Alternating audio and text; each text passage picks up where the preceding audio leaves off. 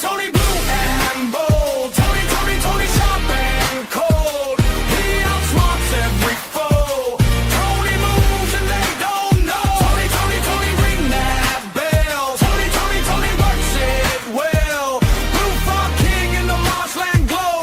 Tony moves and they don't know. A heron came with the silver net. Tony laughed, said, "You're not done yet." Dropped a fake trail by the cattail bank. Had the whole thing spinning, tank by tank. A raccoon crew tried a midnight raid. Tony set a bait with a moonlit blade. Not a knife, just a shiny tin can. They chased their tails like a marching band. He flipped the board with a single leap. Make the loudest braggart fall asleep. Every boast got cracked at the seam. Tony lived 2 steps ahead of the dream. He sees the loop, he sees the scheme. He turns your plan into a stream. One quick grin, one sudden stop. Tony takes the crown at the top. Tony blue and bold. Tony sharp and cold. He outsmarts every foe.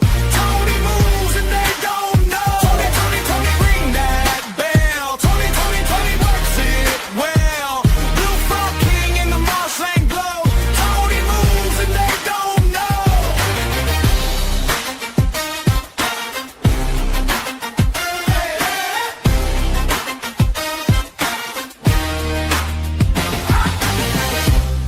When the flood comes high, he rides the rush. When the night gets mean, he talks in hush. No brute force, just wit and nerve. Tony bends the hunt to what he deserves. He tips his hat to the foolish crowd and vanishes fast in a burst of cloud. One little crook in the game resets. Tony leaves with all the best bets. Tony blue and bold. Tony sharp and cold. He outsmarts every foe. Tony moves and they don't know.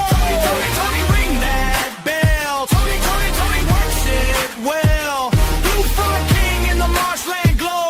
Tony moves and they don't know. Tony call his name. Tony ring the fame. Blue Frog King, he takes the show. Tony moves and they don't know.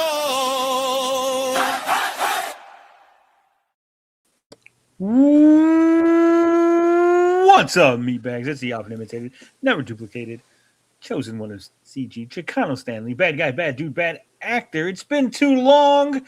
You thought I was gone, but I'm back to right every fucking wrong. Frog, motherfucking Tony. And as you can see, I am joined by an esteemed cabinet here. We got CG King himself, Liam Gray, and of course, hello. down below is the right-hand man on the left side, Ontoy Fanboy. What's up, Ontoy? Yo. Gentlemen, if you can read the title of this stream, you know that I have finally seen Spider-Man Brand New Day. Finally happened. With great power. I got a lot to discuss. I know I'm way behind the curve on this one, right? I'm weeks behind. Everyone else seen it day one, but it took me a hot minute to go in there. But I got some thoughts, and finally, we'll hear those thoughts. But before we get into that, Liam Gray, how you been doing, buddy? I'm all right, man. I'm all right. Glad to be here. Happy to talk about the movie. Have a nice little hangout with the chat. Speaking of movies, Liam, I don't know if you go on Reddit. Are you a Reddit type of guy? No, I always felt like Reddit was like the de-evolution of the forums. I feel like forums reverted into some sort of primordial state and became Reddit. It seemed like a worse technology. I never got involved. That's a shame because there is a lot of good things there. I mean, a lot of bad things, a lot of bad things. But there's a lot of good things there. And one of those things that I've seen might interest you. It is the. Hold on, actually, I think I'm a moderator on PewDiePie's Reddit still, but I don't use it. That's something that might interest you, Liam. Yeah. very specifically, something that interested me. It is Masters of the Universe, the 200X cut. 200X cut. Wait, what? What's this? So there's a little thing called fan edits, right? That go around where they take a movie and they try to re-edit it. Maybe. Oh wow! So they upgraded it to make this like the 20X E-Man. Let me get to the thread. Wow. So here it is. Masters Universe, the 200X or 2000X cut. I don't know how you want to pronounce it. Available now. It says, I enjoyed Masters of the Universe and understood the self-aware tone it was going for. However, some of the humor didn't quite land for me, particularly some of the more forced jokes and sexual innuendo. Masters of the Universe, the 2000X cut, is an alternate version of the film that aims to find a different balance between action, adventure, character, and comedy. The intention is to not remove the humor or turn the film into an overly serious version of itself. Its colorful, self-aware personality remains intact. Instead, this edit trims or removes certain jokes, dialogue, and comedic detours that I felt interrupted the pacing or weakened particular moments. Adam is also given slightly more agency at key points, particularly during his confrontation with Trapjaw. The result runs approximately 24 minutes shorter than the theatrical version and contains more than 70 individual changes. The neighbor character has been completely removed from this version. All sexual innuendo has been removed. Several lines have been removed from the opening sequence, including Adam saying, I swear I'm not high. Removed Man-at-Arms, that is a lot of asses line. Removed Skeletor's complaint about the crescendo.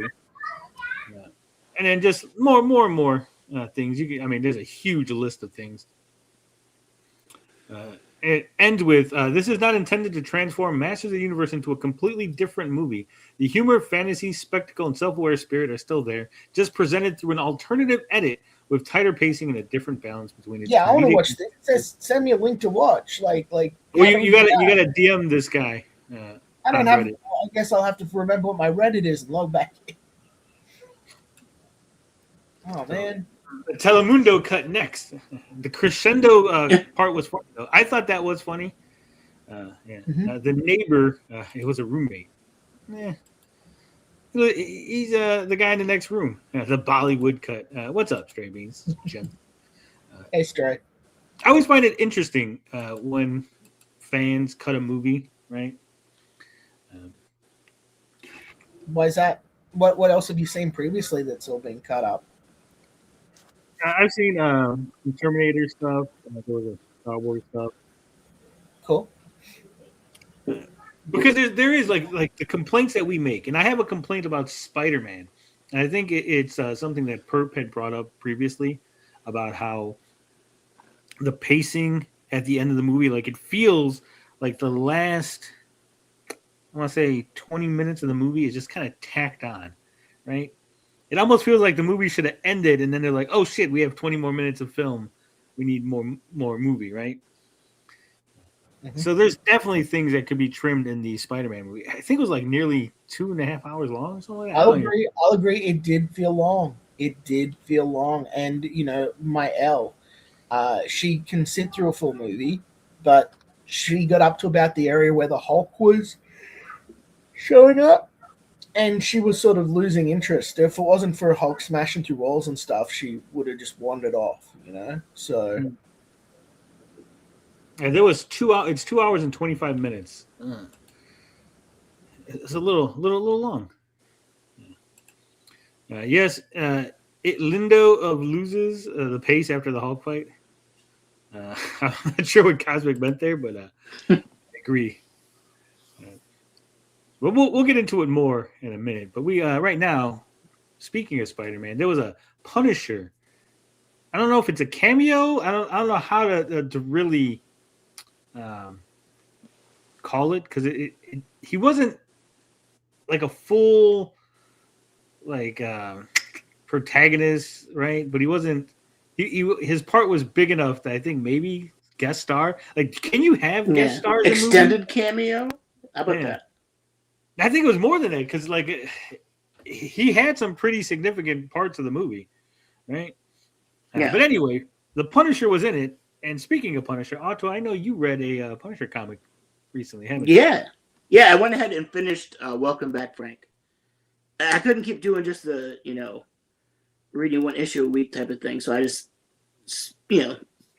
went ahead and finished the whole thing. And it was really good. I liked it a lot. Like I only have like one kind of minor complaint about it. Other than that, it was great. Extremely violent. Like at the end, there was a lot of stuff that was out of the Thomas Jane movie. So that was really cool. So I kind of want to go and watch that again now. I like the Thomas Jane movie. Yeah, I did too. I haven't watched it in like forever and a day, so I kind of want to see it again. I even like the Dolph Lundgren movie. Oddly enough. Yeah. Oh God, I haven't seen that in decades. But yeah, the stuff in the comic that was in that movie, the stuff with the Russian, a lot of that was pretty close in the movie. But the book was way better. I mean, it just went on way, way longer. I mean, it was crazy, and like when they pulled all the stuff out of Spacker Dave's face, that was fucked up. But yeah, it was really good. The only thing I didn't like, well, it's not that I didn't like it. They had this whole B plot thing going on with these other vigilantes, okay, that they were looking up to Frank, and they kind of want to, team up with him. You know what I mean? And there's like one of them was this crazy priest called the Holy. These people come in, confess to horrible crimes, and he just fucking kill them. And then there's like this guy who's like Mr. like right wing elite type of guy who looks down on the proles and blames them for everything. So he just wants to kill all the poor people to stop crime. That's a good plan. I can get bored with it. So that's the elite. And then there's this other guy, Mr. Payback, I think is what his name is. He's like the opposite. He's Mr. Blue Collar who blames corporations and CEOs for all his problems and wants to kill them. They feel, and again, I haven't read this, but it feels like from here, listening to the descriptions and everything, it feels like straw man arguments about the Punisher that they presented in the comic. So that way the Punisher could like take them out and go, see, this is how he's different from your misguided interpretation of what you think. Okay, so now that makes a lot of sense. Because it didn't really go anywhere, but the fact that that's the whole point of it makes a lot more sense. Because like they kind of didn't really go. It just kind of just fizzled out, at the end. And Frank just kills them. Because they do that a lot. As he does. They do that a lot. Like they'll have like the police show up and be like, "We love you, Punisher. Let's kill criminals." They'll be like, "No, you don't get to kill criminals. Only I." It's like only I get to kill criminals. The Punisher is very selfish in that manner, right? Batman's the same kind of way. Like Spider-Man is very friendly. Like if a new vigilante shows up to like fight crime, Spider-Man will like take them under his wing, or he'll talk to them, or like he'll team up with them. He's very rarely does he like try to send people home, a la Mr. Incredible, right? But like the Punisher and Batman, they're both like, no, I earned it. Like my family died, so I get to like beat criminals up, and you don't, right? Like, it's very selfish. Very selfish. I have to derail the entire stream. I have to derail everything. I'm required by law. So I was thinking, right? You know how like the X-Men are terrible, and I've been telling everyone how the X-Men are terrible, right? Yeah. The other day I thought, you know what? If the X-Men want equality so badly, right? Can't we just send them all to the negative zone? I was thinking about this. I was thinking about like what Charles agreed. And like everyone in the negative zone has cool powers and stuff, and they can't hurt anyone there. It's as big as an entire universe, as big as our own universe. I don't think that would be equality. I think that would be separate but equal. We kind of tried that here in the U.S., Liam, with like water fountains and stuff for like certain individuals that they would only get to drink out of in certain schools for certain people. It didn't quite work out the way that you think it would, right? True. But I mean, it's like these guys are born with the ability to shoot laser beams out of their face, right? No. See, I agree with you that the idea that they should register and stuff, but I don't agree with the idea that like, because not all mutants are created equally, right? Like, there's a difference between. Oh, they definitely not, but they're more. They're. What I'm saying is the average human being. The average human being. can't shoot lasers out of his fucking face. Yeah, but the Beast can't shoot lasers out of his face either. Nightcrawler doesn't shoot lasers. Mystique don't shoot lasers. But Beast does commit Glob genocide. Herman doesn't shoot lasers out of his face. Callisto doesn't shoot lasers out of her face. Yeah. I think that the amount of mutants that shoot lasers out of their face is significantly less, almost disproportionately less. I think there's only like 3 that shoot lasers out of their face versus the ones that don't shoot lasers out of their face. So I'm being a bigot here. Okay, look, I'm just saying. We have the negative zone, right? Not really. I mean, it belongs to Annihilus. Last time that happened, Liam, there was a whole annihilation war where he tried to take over the entire universe because of the encroachment. Annihilus is a bit of a dick. Can't we just deal with Annihilus? Look. So now you want to go in there. I want to displace Annihilus. Yep. I want Reed to take care of it. He's someone I trust. They tried this, Liam. The X-Men literally just came out of their Krakoa era. Well, this is what I'm telling you. I just read that Krakoa shit, and they want their own continent. They want to be their own people. All this shit. Send them into fucking negative space, man. Like they were born on Earth. How would we send them into negative space? We're gonna ask them real nicely. We're gonna ask the guys with the laser faces to please nicely go into the negative zone filled with nothing. Wouldn't it be more likely that the humans would be herded into the negative zone and the X-Men? It's not filled with. That's the thing. Like, I've read these old Fantastic Four books now. It's not filled with nothing. There's entire planets to explore. There's an entire universe that's as big as our own universe. I don't know. This sounds very Liam like, again. Final Solution-y. Yeah, we might as well just shrink them all. Ant-Man can just send them all to the microzone. Yeah. Yeah. Well, I mean, that's. I mean that. I just think that the difference is if they're shrunk, the guys that have the ability to grow really big could come back. Whereas if we send them to the negative zone, that's through a portal. We can. Yeah, but Liam, see, you're missing the point, Liam. How do you get them into the negative zone? Well, we got Sentinels.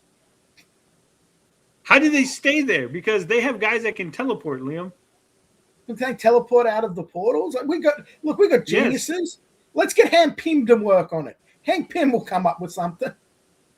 There's got to be some sort of way that we can stop him from teleporting into our reality. You know what? How about this, Liam? Let's round them all up and put them in these places, like a camp. It's almost like a fun. No.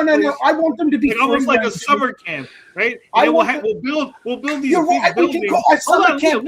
We can name it after. We'll build these big buildings, right, Liam? These big buildings. That we're like we could get like 100 mutants in there that take a shower all at once, right? So we get them into these big buildings, like a school, like Xavier's school for gifted mutants, No, just a big building filled with showers that they all go into, and right next to those showers will be like heated furnaces just in case they get cold. Right? Well, Nightcrawler's gonna love that with the Make More Mutants mandate. Showers 24/7. They getting up to whatever they want to get up to. A little bit of hanky panky. Kissing on the lips, no kiss and tell, they'll love it. They'll love it. We'll get back to the mutant talk because there's definitely mutant stuff. But Autoy, Liam's derailing from your excellent comic book. Please review. Continue with what you're saying while I try and come up with the solution for the X-Men. Is it a final solution, Liam? I don't think that we'll need any other solutions after it regarding mutants. So I guess you could call it that, All right. You're a real friend of humanity, Liam Gray. Thanks. But yeah, there's one more thing I wanted to bring up, and Stray mentioned it in the chat, is the way that he takes out Mon Nucci is pretty fucked up. And I'll give Ma props. At this point she's a quadruple amputee, but the old bird she doesn't give up. So she launches herself out of a second story window and kind of wiggles her way towards Frank and tries to bite at his pant leg to get him. She said she wasn't going to give up, and then he just freaking drop kicks her into the fucking building and throws in a grenade and blows it up. It's pretty great. Not to derail the derailment, but this right here is exactly why you're wrong, Liam, because even in the Marvel Universe, normal people are Manucci's not a mutant, but she gets like quadruple amputated and she's still hobbling around somehow like a fucking worm. Okay. Yeah, well, look, She's a that's- tough old lady. Hold on. The Kingpin literally fights Doctor Doom and ends up holding Doctor Doom by his throat. he's 400 pounds of muscle. He's a sumo He's master. getting shot by fucking lasers and shit, and nothing's happening to his like his clothes burn off, but his body is somehow Because he's tough as shit, dude. He's a normal man. If a normal man gets shot with a gun, he should bleed. If a normal man gets hit with a laser beam, he should be laser beamed. He's the kingpin of crime in New York. So is that like if you get that status, then suddenly like your skin becomes harder than a normal person and you're super strong? He fights Spider-Man to a standstill several times. This is just look. Wilson Fisk is a perfect example of what humanity can be without the X gene.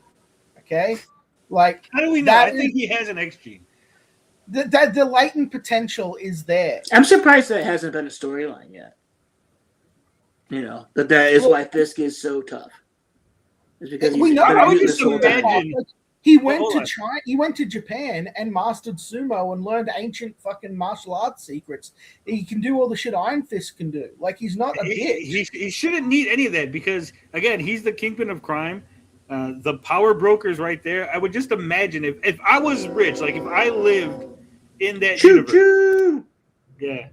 If I lived in the Marvel universe, right, and where there's guys who literally can give you superpowers for the right amount of money, and you're the kingpin of fucking crime who has an unlimited amount of money that literally needs to be laundered, wouldn't you just go to the guy that gives you superpowers and be like, here's money? Rick and stray beans, man. Well, I assume. Ain't Yeah, you telling me secret, huh? Look, I think that you're like Wilson Fisk is a brilliant crime lord, and how do you know he doesn't have like nanites in his blood, or he hasn't already arranged something to give him an edge? I don't know, Because they literally never mention it. Right. It's a secret. Maybe edginess is a secret. Oh, I don't know. Look Edginess is at this shit. Look at this shit. He gets shot by Doom point blank, punched, and he's just like, nah, Nah. I'm the fucking kingpin. Where? Don't catch that. Now, Maybe he's like immortal. But there with us. No, it's just stupid comic book logic. When they need him to be like this massive OP, he's fucking Yujiro Hanma from fucking Baki. He just do unbelievable things because he's the kingpin. hey, we've got a garage sale down the road where a bunch of oldies from the 70s are like giving away free shit. I'm gonna be back. I'm gonna see if I can get some more vases to drink from to enrage the internet. But I will just say, I won't be long. I will just say that the Celestials put the X gene on our planet. They nearly genocided an entire species multiple times. They're bad dudes. They've got bad plans for humanity, and I want to see the natural evolution of humanity. And I believe now that Wilson Fisk is an example of what humanity can be. You know, so is Doctor Doom. Look at Doctor Doom there. He's got no special powers. All of his stuff is hard work. I don't know. Stray Bean says, hey, the Kingpin just has can't be killed on his The Secret style vision board. So that's what it is. Fat Jiro Hanma, says Stephen Lanudo. 56K says, that's the power of Gabagool. Gabagool. I'm some minutes behind, but it sounds like we should send mutants to some kind of education camp for higher learning to help them concentrate. Jesus. Yikes. That just might be the winner. But I'm glad you guys are doing good. I'm glad Liam's doing well, even though he left us to go at the neighbor's yard sale or whatever it is, picking up little tchotchkes. But I've been doing good. I watched Spider-Man today, so we're gonna talk about that. We're finally going to talk about that. I've been in communications with Freckles. Been having some nice conversation with Freckles. I might have to leave you guys I was thinking maybe I should just leave. Maybe I should just move, go away. Yeah, a lot of people have been saying that. Oh, never mind. That's a whole Yeah. different thing. Maybe I should just like run off with Freckles into like the forest somewhere, right? Away from all of this humanity. Get off the grid. Yeah, that's what I'm saying. AKA doing adult things. I don't want to say too much because sometimes Freckles be listening. I tell her not to listen to my streams, but sometimes Freckles be listening. I don't want her to know all my secrets. But yeah, so if I just disappear one day, Toy, and you just get an email or something that says, "Here's my login information. Take over the channel," you'll know. You'll know what happened. Okay. He's off the grid. He's off the grid. Or he got whacked. Or I got whacked. I don't think I'm getting whacked anytime soon. Hopefully I'm not getting whacked. Jesus, guys, I do not have any information on the that could lead to the arrest of Hillary Clinton.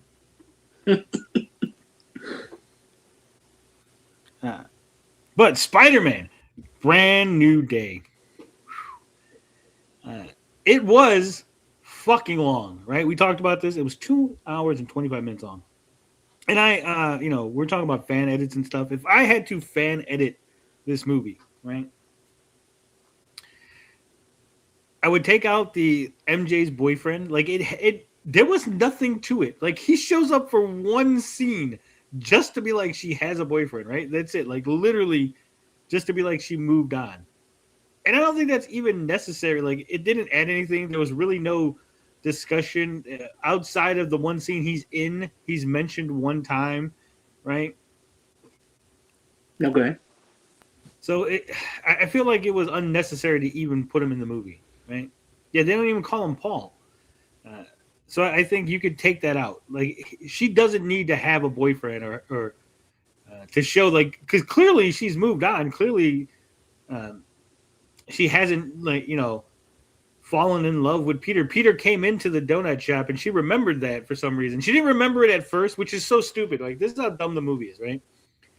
In the beginning of the movie, when he shows up at the house party, right? It's not the beginning, but it's like what, 30 minutes, 40 minutes? I forget.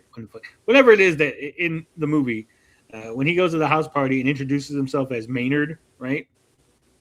She doesn't recognize him. She doesn't know who he is. She doesn't realize that she's seen him before, that she's met. Then later on, after he's revealed everything, like she's found the letter, right? Mm-hmm. After she's found the letter, she mentions, "Hey, didn't you come into the coffee shop like 4 years ago?" Like suddenly now she remembers 4 years ago that he was in the coffee shop, which I feel is odd. Like she didn't remember it. It was Kismet. Yeah, but if it was Kismet, like if she had seen him and was like pining over this guy that she doesn't like, she barely remembers, only seen one time, it was like, oh, like yeah, like she's always like, but it feels like she saw him in the coffee shop, he got his coffee, and then he fucked off, and she never like gave it a second thought, right? No romance, Tony. Come on.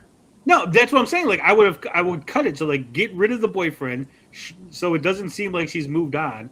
Then when she mentions it later, right, you'll be like, oh, that's why she doesn't have a boyfriend. Oh, that's why, because part of her, some part of her was still like pining away. Yeah, pining. Like there's something missing. She didn't know what it was. She couldn't articulate it, but it was there in the back of her mind. Something gnawing at the back of her head. And then when he reveals it, like, boom, that's what it is. It makes sense now. Her world makes sense.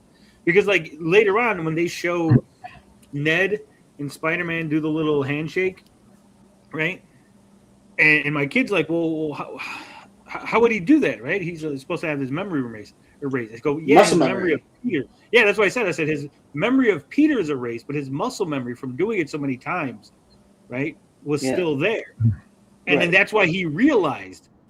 Like when he said, "I'm Peter," he goes, "Hi, I'm Peter." Like he realized when earlier in the movie when MJ called Spider-Man Peter, like it all clicked in his head, right?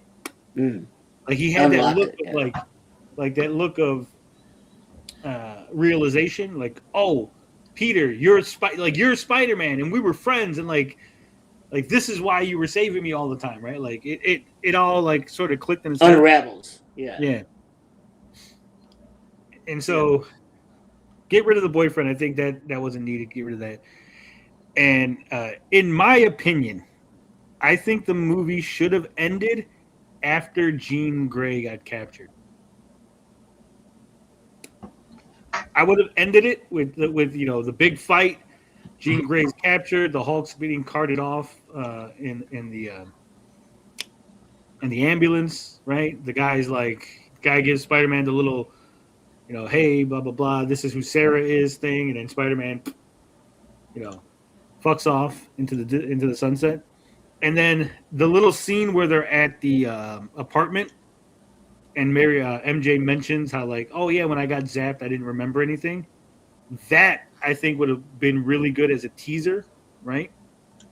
So could you imagine the movie ends, Jean Grey's captured, everything's wrapped up, movie's over, then you get the little scene in the apartment, and Jean Grey's or MJ's oh yeah, when I got zapped, I didn't remember anything, and then Spider-Man's you didn't remember anything? And he's yeah, it was just instantaneous. And he's but that dude fucking said that he remembered Sarah. Then you get that realization, oh shit, I fucked up.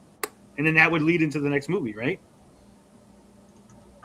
And then that way the next movie could have a big Spider-Man has to get Daredevil, Punisher, maybe a couple other people to help him break into damage control. Imagine a Spider-Man and Friends versus Damage Control movie to rescue Jean Grey because he fucked up, right? Yeah, that'd be good. And that could be where he was during Secret Wars. Because isn't all that supposed to keep him distracted from Secret Wars? Did you notice the similarities with Thunderbolts? It was a little similar. Tom doesn't want to do another Spider-Man. He's just going to do Secret Wars, and that's it. Tom's done. So this was supposed to be his send-up. I don't think he's done. Is this true? This is the first I'm hearing of it. He's got to do another Spider-Man. He hasn't fought the Kingpin yet. He hasn't. Tom Holland's doing Spider-Man till the day he fucking dies. Yeah, I'm sure there's a number. What's up, George? Greetings. What did you think of Spider-Man Brand New Day? It was good. There was just a few questions that bugged me. Where did he get the cash for his lifestyle?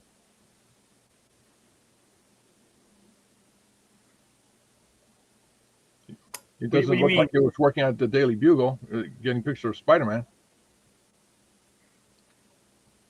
No, he wasn't. He was. Man, they didn't even mention Jonah. The Daily Bugle didn't even factor into the movie at all. I know that kind of bugged me a lot. They could have just had a cameo. Well, I mean, there was a cameo. Definitely, the Daily Bugle exists because that's Jonah makes the big announcement after Mysterio, right? Mm-hmm. And yeah, we're not talking about those films. We're talking about this film. No, it's the same film. What the fuck are you talking about, George? It's the same franchise. Yeah, I know that, but we're talking about this film specifically. Why couldn't they have George? I'm going to strangle you. I said I agree with you because they already mentioned that the Bugle exists in this universe, and then I used the example of the movie. But you didn't answer the question. You didn't even go into hypothetical. Why didn't they have Jonah Jameson in the film? Even hypothetically. Hypothetically, why didn't have it? Because there was a meeting, right? So here's my hypothetical. There was a meeting. It's a bunch of executives at Sony, and they go, "Hey, have you heard of a guy named George Peter Gatzis?" I go, "Yeah, I hate that guy. I heard that George likes the Daily Bugle and wants J. Jonah Jameson in the new Spider-Man." And they went, "Fuck that guy. Let's not put him in the movie." Specifically just to piss George off. And I was like, damn, really? That's kind of harsh. I know. That's what happened at the meeting. I don't know why he's not. I would expect him to be in it. They really didn't. He has an apartment. Clearly, he's eating. He's buying electronics. He's buying. He's got all kind of computer equipment. He's probably wasting all kind of electricity and stuff, right? Yeah, unless the cop's giving him money or he's stealing from the criminals. Pension from pension from drug dealers or whoever he. I mean, look at Frank Castle. Where's Frank Castle getting his money from? Oh, the guy's killing people for the money. Easy. No, they never show him taking any money from any criminals. They don't have to. People already assume that. I don't assume that. That's why I literally asked the question. I assume that Frank Castle would never take the money because that's dirty money. Yes, it's very dirty money. And he takes it. And he has to launder it so that way he can use it. What do you think? He actually gave money away at the end of Welcome Back, Frank. He gave money to the people that lived in that apartment building. In Spider-Man Brand New Day, how does Peter afford his apartment, Perp? Blowjobs. Upside down blowjob? Yes. What's up, Perp? You seem a little intense today. I'm chilling. I was kind of hoping the Spider-Man talk was done because I haven't seen it yet.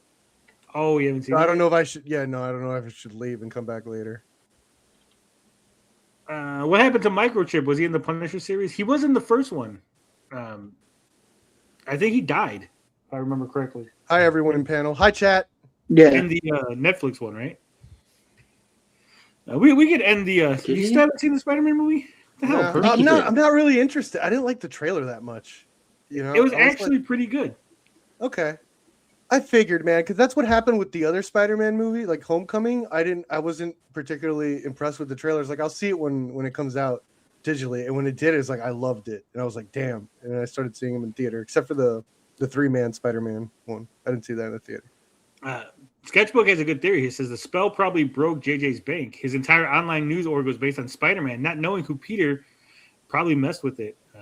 That's a good point because I would imagine that after the Mysterio thing, right, and they revealed that who Peter was, that the Bugle would have been running a whole bunch of articles, and then after the spell happened, those articles would have been changed magically, and then maybe they wouldn't have sold out, or maybe people would have sued. It sounds so stupid the way how people talk about it. Maybe that's why people don't talk about the actual movies because they sound fucking retarded. It's like the spell broke JJ. That's why the news. I was like, all right. Well, no, because it's like when you're watching the movie, it works because I like that Spider-Man Doctor Strange one, that fight or whatever. That was cool. It works when you're watching it, but then afterwards discussing it, you're just like, this sounds so stupid. Well, I mean, they all sound stupid. They're comic book movies. Come on. Yeah. Not all of them. What comic book movie have you watched that holds up to online scrutiny? Winter Soldier. In what way? Like what's like stupid about it? You know? What's stupid about a guy who you read off some words and suddenly he becomes a super killer? The Russian thing. Yeah, I mean, it worked. It worked in Manchurian. Are you calling Manchurian Candidate stupid? Yes, because we know that's not real. It's not how that works. Well, it's a movie, though. It's not supposed to be real. Oh, you were just complaining about the magic spell in fucking up JJJ's news network. I know, but for some reason it sounds stupid. It sounds stupid that way versus. I guess you're right. Damn, you got me. Yeah, you're right. You're right. It is both the same thing. Reading like a book or whatever. But doesn't that happen in real life? Don't we have like Russian? No, agents? that's why. That's why the Manchurian Candidate movie. That Angelina Jolie movie. Wasn't it about that? Didn't that really happen? Like a Russian spy lady? She didn't know she was a spy? No. No. Angelina lied to me? She lied. Damn. All right. Wheeler says Burton's Batman, the original Ninja Turtles movie. Now, neither one of those hold up. I mean, if you really start analyzing the movie, right? Tim Burton's Batman. Again, how did he build the Batcave? The Rocketeer. Oh, Batman? He had everybody blindfolded. Yeah. No, Batman, it's like just from a story perspective, it wasn't even a Batman movie. It was a Joker movie. It was like his origin, his thing. Yeah, really. Well, I mean, he was a bigger star. Yeah. Nicholson, yeah. Never rub another man just through like the bar. Gene Hackman. Ooh, look at Andrew says a little bit behind, but wouldn't Peter be May's beneficiary? Maybe that's where he's getting the money, George, from the life insurance from May. Because what was May doing? May was living off of the life insurance from Ben. Then she dies, and he gets double life insurance. He's like, cha-ching! Yeah. There you go. That sweet, sweet Aunt May money. Wait, Tony, are you blaspheming the TMNT 1991 chain? I mean, there's scenes in the movie where you can see inside the fucking costumes. You can see the guys It just makes it better. when they open their mouths. Like, oh, look, there's a guy inside. Yeah, the their necks and shit are like ripped and. Oh, I mean, that movie there's was a bunch great. of- it's fun. They're fun movies. But Yeah. there's a bunch of silly shit. If you start analyzing everything like that, like, You just hate Corey Feldman. yeah, that's what it is. I hate Corey Feldman because he tried to expose all those pedos in Hollywood. That's right. That's what it is. Yeah, you can't shit on the first X-Men movie because it had that Holocaust scene in the beginning. So, boom. Did it? Yeah, With Magneto. with Magneto. You gonna shit on that? So you're saying that the Holocaust was in a fictional movie? Yes. So it was a fictional Holocaust? Is that what you're saying, Perp? No, they used a real event Oh, and no. they put fictional characters and a history behind it, like a different history, Like a fictional history fictional. about the Holocaust. Don't fall for a smoke and mirrors, Burp. Don't do it. Don't do it. Real quick, this isn't comic book related, but I thought this was interesting enough to bring up. All right. But this is from Fortune. Right? I don't want to keep reading. I just want the headline. The U.S. spent $30 billion to ditch textbooks for laptops and tablets. The result is the first generation less cognitively capable than their parents. Yeah, Do you understand what that means? Read real The books, people. intelligent Generation Z is less intelligent than us millennials. They're stupid. And Gen Alpha is even less intelligent than Gen Z. Mm-hmm. Okay. That means my generation is the peak of American intelligence. Oh, You get no stop. higher, baby. That's it. We're the fucking mountain. Oh, stop. Everything is downhill from us. Before My generation was us, stupider. it was After us, oh, stop it. stupider. Oh, come on. That's Gen X was hey, the peak. science. Science, baby. You're saying stupider. Gen X Before was us- the peak. We raised Before us, ourselves. stupider. After us, stupider. That's right. More dumb. Okay. Less intelligent. Okay. All right. So there you go. Hey, we are- Ruby. Isn't Ruby in our generation? What the fuck? We're the Ruby cream of the shit. crop. I mean, it's an average. It's not that everybody.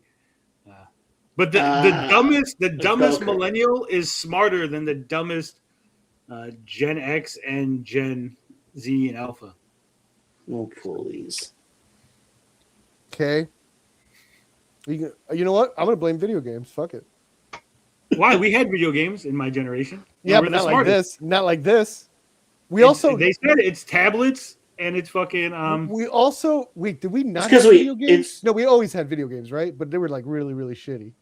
It's because we're outsourcing our thinking. There We're you go. letting the computers. That's and exactly tablets why think for back us. in our days, we weren't allowed to have calculators during math. Yeah. Yep. Well, what they said it is the I read the article. What it before is this. is What it is so this generation, Gen Z and Gen Alpha, they want instant gratification. We have tailored lessons to make them more engaging, okay?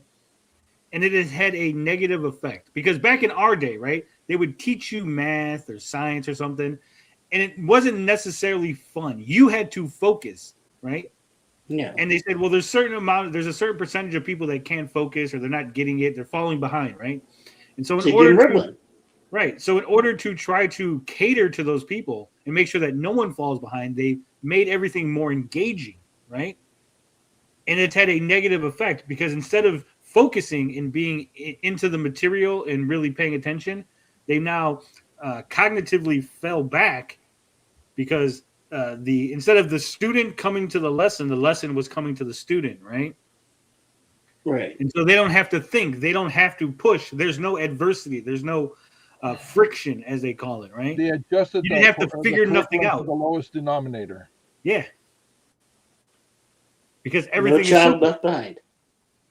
You know, like George is saying, but in the old days, it would say, here's the math problem, figure it out. Here's how you figure it out. Now you just use a calculator, you use your phone, you ask ChatGPT. You don't have to figure it out. You outsource your thinking. You don't have to do that stuff for yourself anymore. Yeah, you know, nothing that is a hardship has to be figured out anymore. You never have to read a map again. You never have to do any of this stuff. You know, it's beautiful. All you have to do is just have a little mini EMP battery with you, and when you're in a crowd, just activate it, and it'll remove everybody's access to the internet, and just people see would how die. They are. It's called the dumbing, says Stephen Lanito. Yeah. Instant gratification and low self-control is a sign of low intelligence. Well, we have trained kids. When I say we, I don't mean like all of us. Like, we're all good parents and stuff, right? But I'm saying like other people who like hand tablets to their kids. Kids are crying, here's a tablet, right? Here's Bluey. Here's fucking like when I was little, right? It wasn't like, here you go, watch Sesame Street. It was like, get the fuck out the house. Yep. Go figure something out. Go figure out how to do something. Don't die. See you later. See you when the lights come on. Don't die before you get home, right? Yeah, see you at dinner time. So, you know, holding kids back, punishing kids, telling kids no. You know, we're punishing teachers instead of students for failure, right? Shifting the blame. There are kids going to school nowadays that aren't potty trained. Back in my day, like when we were in kindergarten, there's like maybe one kid, like that one outlier that wasn't potty trained. Now they're saying it's like fucking 10, 15 kids per class that aren't fucking potty trained. Yeah. They want the school to do everything for them. What a fucking nightmare. It is. Teachers are like, and teachers are quitting. They don't want to. They don't want to Oh, deal yeah. with this. Yeah, no one wants to be a teacher anymore. Well, So- the reason why You know what that quitting is means, because, right? You know what that means? AI is going to be teaching soon. Yep. they're already trying that. It's already failing. I mean, The AI reason is why only going to get teachers are better. quitting is because it goes against their report card, so to speak, and it disturbs their potential to get a raise.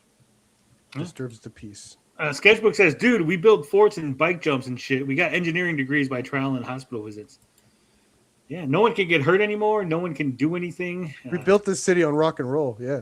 Yeah, time out instead of getting slapped in the wrist. In the wrist. Man, your parents were nice to you, George. I'm just trying to keep it civil, you know. It's only going to get worse too. For even in my trade, my love of filmmaking, it's like now, yeah, I'm fucking with AI. You know, I used to go out there with like a camera and like almost pretty much be a stuntman myself, trying to get shots. That's going to go away. Shut up, perp. I'm sorry. Why is he telling you shut up, perp? I don't know. I listen though. I listen to the customer. That's what the Wheelers taught me. The belt or the gancho? Man, getting hit with the belt. I remember Chancleta, those bro. nights. You didn't get the chancleta from the abuela? No, my grandma. No, you choose the wrench because fuck she him. would That's go. why. She would go. Hey, go into your uncle's room. Right. My Mhm. grandma would be like, go in your uncle's room. Go get his weight belt, and go bring it to me. She would hit us with this big fucking weight belt. She's a mean lady. I love my grandma. God rest her soul. But she could she could dish out them punishments. Not anymore. No grandmas dishing out punishments. No children getting smacked around. Oh no, because the little angel wouldn't do nothing wrong. He didn't do nothing. Tony acted like his generation aren't raising the current generations. That's true. We all fucked up. We got so fucked up. I think we overcorrected, right? Yeah, that's exactly what it was. Everyone was too busy trying to show their kids Marvel and shit. It's like, well, Like me. My kid was complaining earlier because I told her about this, and she's like, "Well, I used to be like, can I use the computer, Dad?" And you'd be like, "Well, tell me what's the square root of 81 first," and then I'd have to figure it out before you would let me use the computer. I'm like, see, I did that all the time. I changed the password on the what do you call the family computer every day with a riddle. Every single day. and the kids would have to come together and try to figure out the riddles. Then they found your riddle book. It was all over. Huh? No. I actually made it all up so that way they couldn't cheat.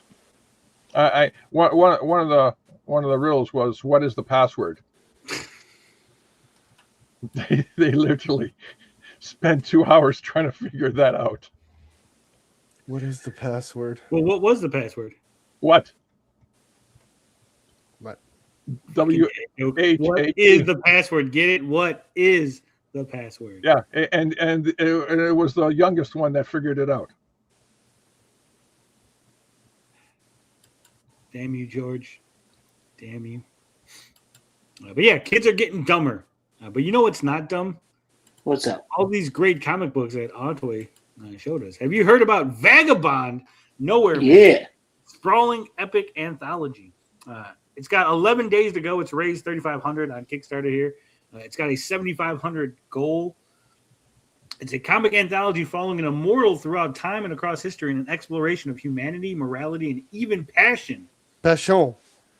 What, man, the idea of Highlander. immortals being an immortal, right? Wouldn't you just eventually sort of get tired of people, of humanity, of people happens. killing each other, right? At least in Highlander, it happened on the TV show. I get way more fucked up. I'm always thinking, it's like, dude, what happens like if you're immortal, but technically you still have like sort of human like brain capacity? You know what I'm saying? It's like, what happens? Like your brain deteriorates, but you can't really die. You know, and your memory starts going, or you start going a little bit crazy and shit. Like, that's what I think about. They did that sort of on the Highlander TV show. One of the characters was over 5,000 years old. Yeah, and he couldn't remember like when he was born, where he was born. The only like it starts going, everything goes. Yeah, he can remember the first head he took, and that's where his memory kind of. He remembered his first head. We all remember our first head. Yeah, you know how it is. Us Highlanders. I'll tell you, Watchman from Earth. I'm saying, like, if you're like you raise a good point, because the human brain, like, obviously people, when they first started coming up with the concept of immortality and all that, didn't really understand this. But the human capacity to remember things, to store information, is limited, right? Yeah. And so, would someone who's immortal, at what point would they, like, that's it? Like, you've topped out. Like, if you learn anything else, like, your brain will explode. Like, you'll go catatonic because you just have too much information. No, I think you'll become like crazy. Like, you'll be like what we perceived as like kind of crazy. Like, oh man, that guy's off. like that's pretty cool. And I think all that's the fascinating. information is just like cross-secting with each other. It's just like blending together. That's how you end up with Rain Man and shit. Oh, there's a purpose to sleeping and a purpose to short-term memory or forgetting, is that you can't handle all the information all at once. That's been a proven study. Mental faculties, bud. It's Vagabond. Maybe that's what happens if you're immortal but not invulnerable. You just live like in a mobile incubator for your brain, pretty much. And that would be the worst kind of immortality. Would be like living forever, but you still age, right? Oh man, what do you turn into?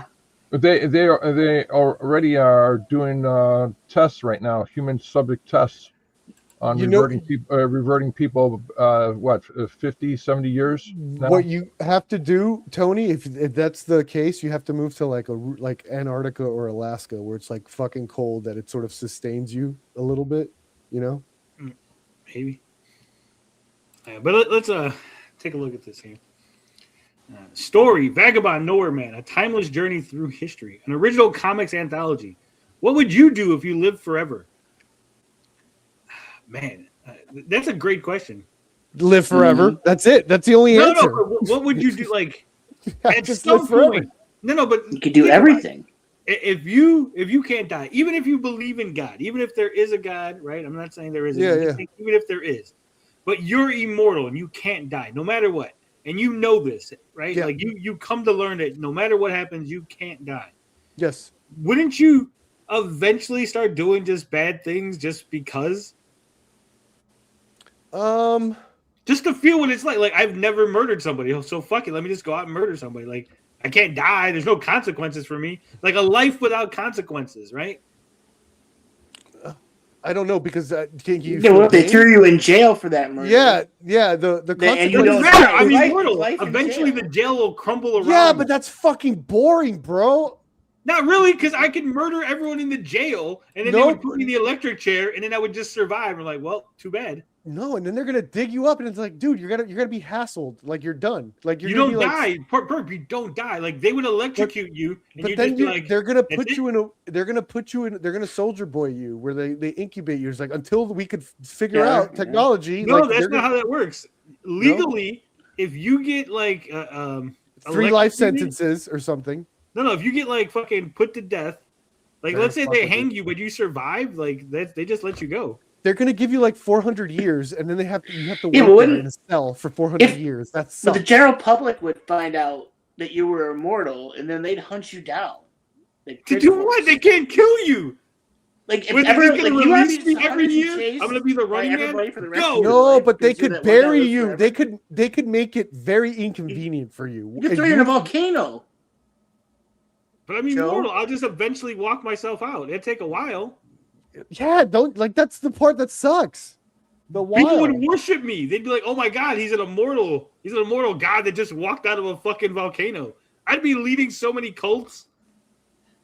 I'd be like, "Watch this." Poof, blow my head off and like grows back like immortal. Leading them where? Off a cliff. I don't know. They're fucking lemmings. I'm a god compared to these people. Okay? Oh my god. Yeah. Yeah. We cannot let Tony get immortality. Okay. Don't let them get Write any that sort down. of powers. Is that what Vagabond's about? No. Oh. What could you have witnessed? Who could you have met? Where would you go next? Oh my god, is he gonna meet Lincoln? Vagabond Nowhere Man is a millennia-spanning anthology following the wanderings of an immortal named Marcius as he trapezes through the world and its history. Witness history, mythology, and legends as they really happened. This is the true story of humanity. Oh, please. Look at that. I think that's D-Day. I think he's just like... Oh, cool. That is cool. That's a great cover. Yeah. Nowhere Man is a 110-page comic anthology that follows Marcius, an immortal wanderer whose mysterious origins date back to at least 10,800 BCE. I love when it's like not 11,000 BCE. Not like, it's like we're gonna give you like 10,800. Marcius has walked among us, witnessing the rise and fall of civilizations. I mean, what would you do? Like at some point, like you would have to fake your death, right? You can't just You do. be immortal. Yeah. You do. No, You you have to- just- if you want to stay hidden, you have to fake your death every so often. No, I think you just move around the whole time. You never really stay put. Like, a year Right. here, a year there. Right. They wouldn't. Yeah, track your eventually, death. but eventually, like in the modern day with like cameras and computer networks, like they'd eventually Yeah. like That's what I'm interested to see Nah. what they're going to do with the new Highlander. Not movie. yet. Maybe in With the future, but not state yet. we have now. Perp, they have fucking surveillance cameras that could like pick you out of a fucking Yeah, but crowd. I know, but Black there's baby. people that look like each other all the time. Where like, is this a time traveler and shit like that? Just be like one of those. Like this guy, like No, how that's many- all bullshit shit. This Okay. is real shit. okay. That would be funny though if he is in that picture as the time traveler guy from the fucking Yeah. from the Reddit post. Says basically he can show up anywhere in humanity's history or future. Here's some interior art previews. Not bad, not bad. I like the colors. Yeah. I like it. It's very cartoony, right? But yeah, but there's for each part of the anthology, there's different art teams. See, that's the kind of thing that I told Vito he should do for his book, right? To give each world What, a make it different good? feel. Why didn't you tell Riley to do that with Super Killers? That looks Riley great, was, black and white. Riley was here when I said that, so he should have known. Mm. Maybe they did it. I don't know if they did. Is he pulling that guy's dick? That looks like it's attached to his dick.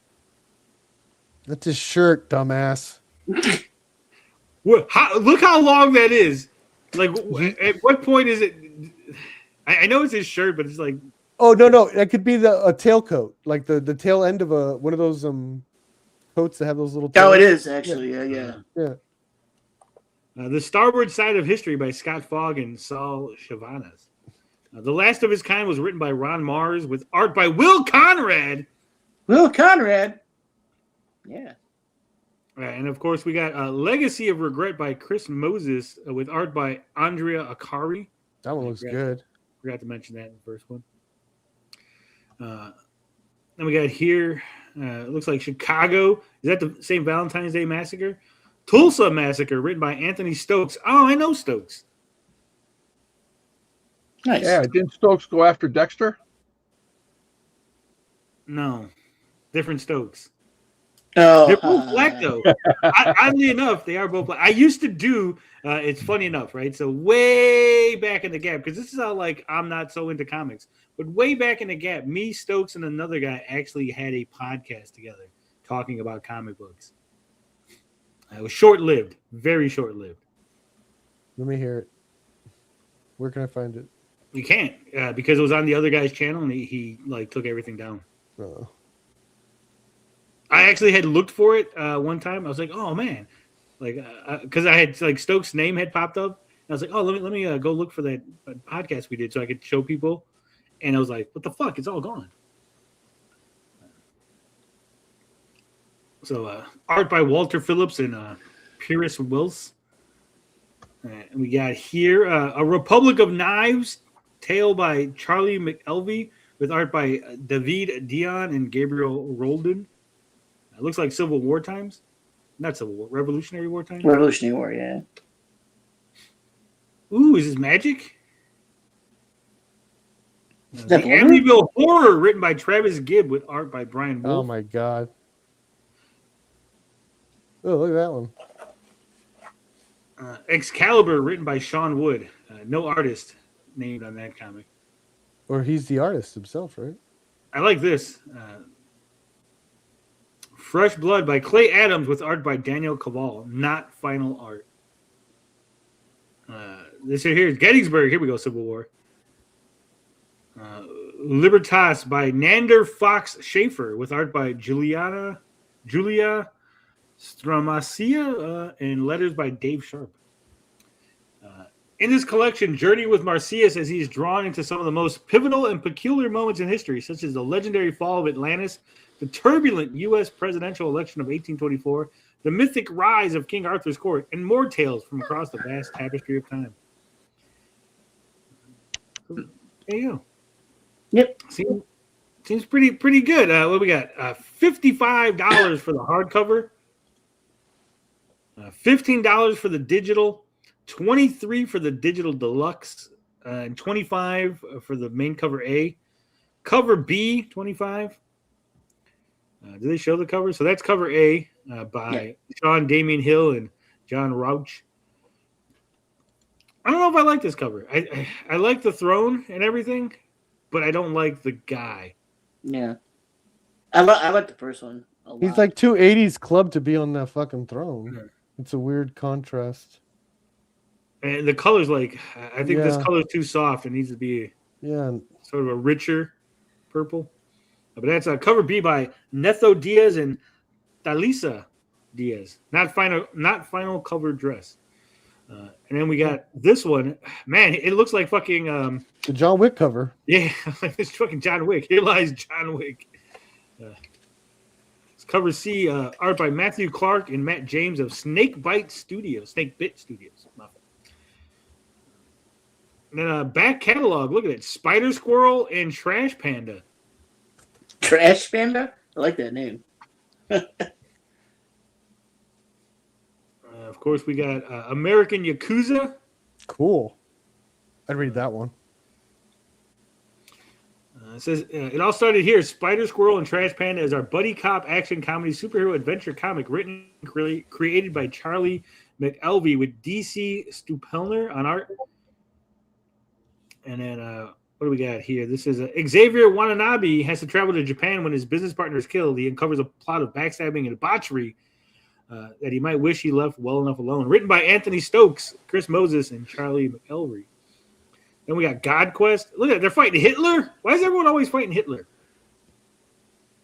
Oh, you know. God's always giving those guys quests to kill Hitler again. Rook. And, I feel like I heard that one.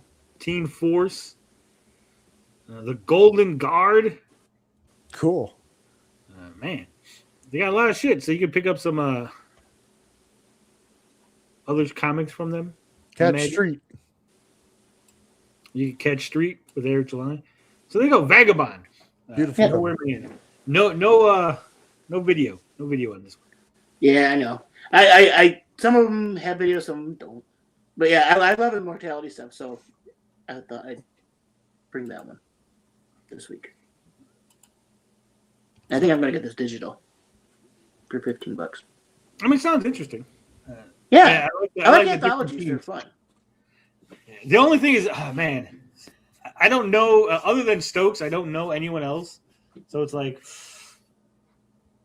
what if you get one good story and then like 6 bad ones or 6 like just stories? I say bad ones. I say like ones that you don't jive with you or you don't like the writing style, right? Right. So, if only there was a review. All right. We got to talk about this because DC Studios calls it quits with 2 James Gunn DCU shows. Is that it? Are we witnessing the end of the DCU? Is it collapsing before it even got off the ground, guys? Yeah, unfortunately. What are the I think shows? so. Well, Leonard starts tonight. It did. Yeah. It Or already did started. at 9:00. Yeah. So, Booster Gold was already mentioned, but Paradise Lost and Waller have now been. All right. Fuck Yeah. Waller. Yeah, we don't need Waller. That was stupid. Paradise don't know. Lost is. I think I was more interested in Waller than I am the Oh, fucking Jimmy Olsen show. The Jimmy Olsen show. Dude, it's from the creators of American Vandal, so that's why I think that thing is going to be genius. Like that's actually, I'm kind of excited about, especially if they're the ones that pitched it, and you get to introduce villains and weird ass stories. Have you seen American Vandal? Jimmy getting puss on a weekly basis, bud. Here's where we're like, where me and you differ on this kind of thing. Yeah. I think, and again, it's just my opinion, but I think Waller would have been better to introduce villains and stuff and keep it more grounded and serious. Whereas Jimmy Olsen's having Jimmy Olsen involved in like these supervillains showing up is like, oh, it's all silly and it's too silly, too campy, and too much focus on this side character. Like Waller at least has a history. You got the Suicide Squad. You got other things going on. But why moving parts. concentrate? I think Waller's part of the Suicide Squad. She's part of like the Suicide Squad. Like, why put it through her? You know what I'm saying? Like, I feel like they could put, if these are canceled, it could be because he got a real good like pitch from an actual Suicide Squad that involves Waller, and it's like, well, yeah, I'd rather do that, or a show that revolves around the Suicide Squad. But not I just think she's a more Waller. interesting character. Waller, the dynamic she has with superheroes are way more interesting than Jimmy Olsen. I didn't like this guy who played Jimmy Olsen. I don't like the whole like this little nerdy guy is like this sex god, and it was just so weird, right? Like if they went out of their way and got like a good looking dude, and you're like, oh, so that's why Luther's girlfriend like betrayed him, but like Luther's girlfriend, like unless Jimmy Olsen's got a fucking horse cock that we just don't know about. There it is. He just had it. It looks. We're gonna find on the show. He has an awesome personality. He gets the stories. He gets the interviews. He can just be good at what he does, and he's confident because of it. And we got a super chat. Yeah, but that's not how women work, and you know that, Perp. Oh, shut up. You got Lex Luthor. Have you seen Mel Gibson's What Women Want? Okay, Lex Luthor is the richest guy in the world, and he's losing his girlfriend to fucking Jimmy Olsen. He was going to jail. She was course. cheating on him before he was going to jail. Yeah, she was still dude. texting him. It sounds like she was really He was smart. winning. Dude, so it sounds like she was really smart to get Lex Luthor's money and like the fucking benefits while also being with the person she actually liked or trying to be. What's up? Lifted Monster says, it's time, bud. I don't know what that means. Time, bud. Time. Because we're talking about immortality, I think. Time, bud. It's a bitch. He's sending us $20, and you know what that means, Perp. It's not drinking night, but we got to hear a little Eric July. God, my bad. Well, you found me on Twitter posting about the fag book. I kind of was getting mixed thoughts as I looked into it. My views and thoughts kind of changed on it. He had mixed because thoughts, man. Come on, at least he was thinking about it. He had mixed thoughts. Do it. Well, Let me explain this to you. Niggas can be gay too. Whether you like it or you love it, whether you're kissing or you're touching, the hide the lust I know you covet. Niggas can be gay too. There ain't nothing you need to hide. Do your games won't really survive. Tomorrow you might not be alive.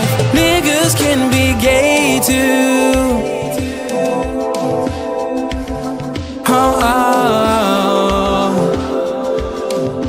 Niggas can be gay too.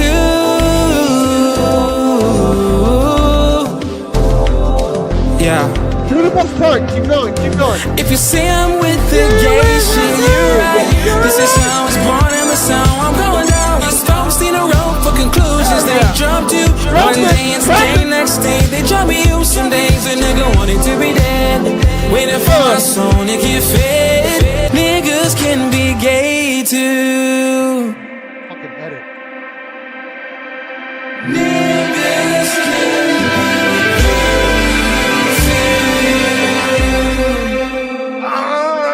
it's the story behind the fag book. So disavow. I actually have a scene that's going to be in the new Jimmy Olsen show. If I could share it with the class, do you mind? Yeah, go ahead. This is gonna be bad. This is going to be in the Jimmy Olsen.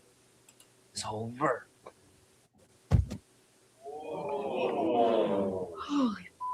That's awful. What is that? Justin Timberlake? Oh, please. That is Justin Timberlake in The Love Guru. He plays Jacques Lecoq Grande. You like The Love Guru? That's a funny movie. I love the fucking Love Guru. Okay. Hell yeah. Every movie deserves love, chat. Never forget. Every movie. We lost George. I guess George can be gay too. But yeah, so far we've lost Booster Gold, Paradise Lost, Waller, the Authority movie. What else? I don't know.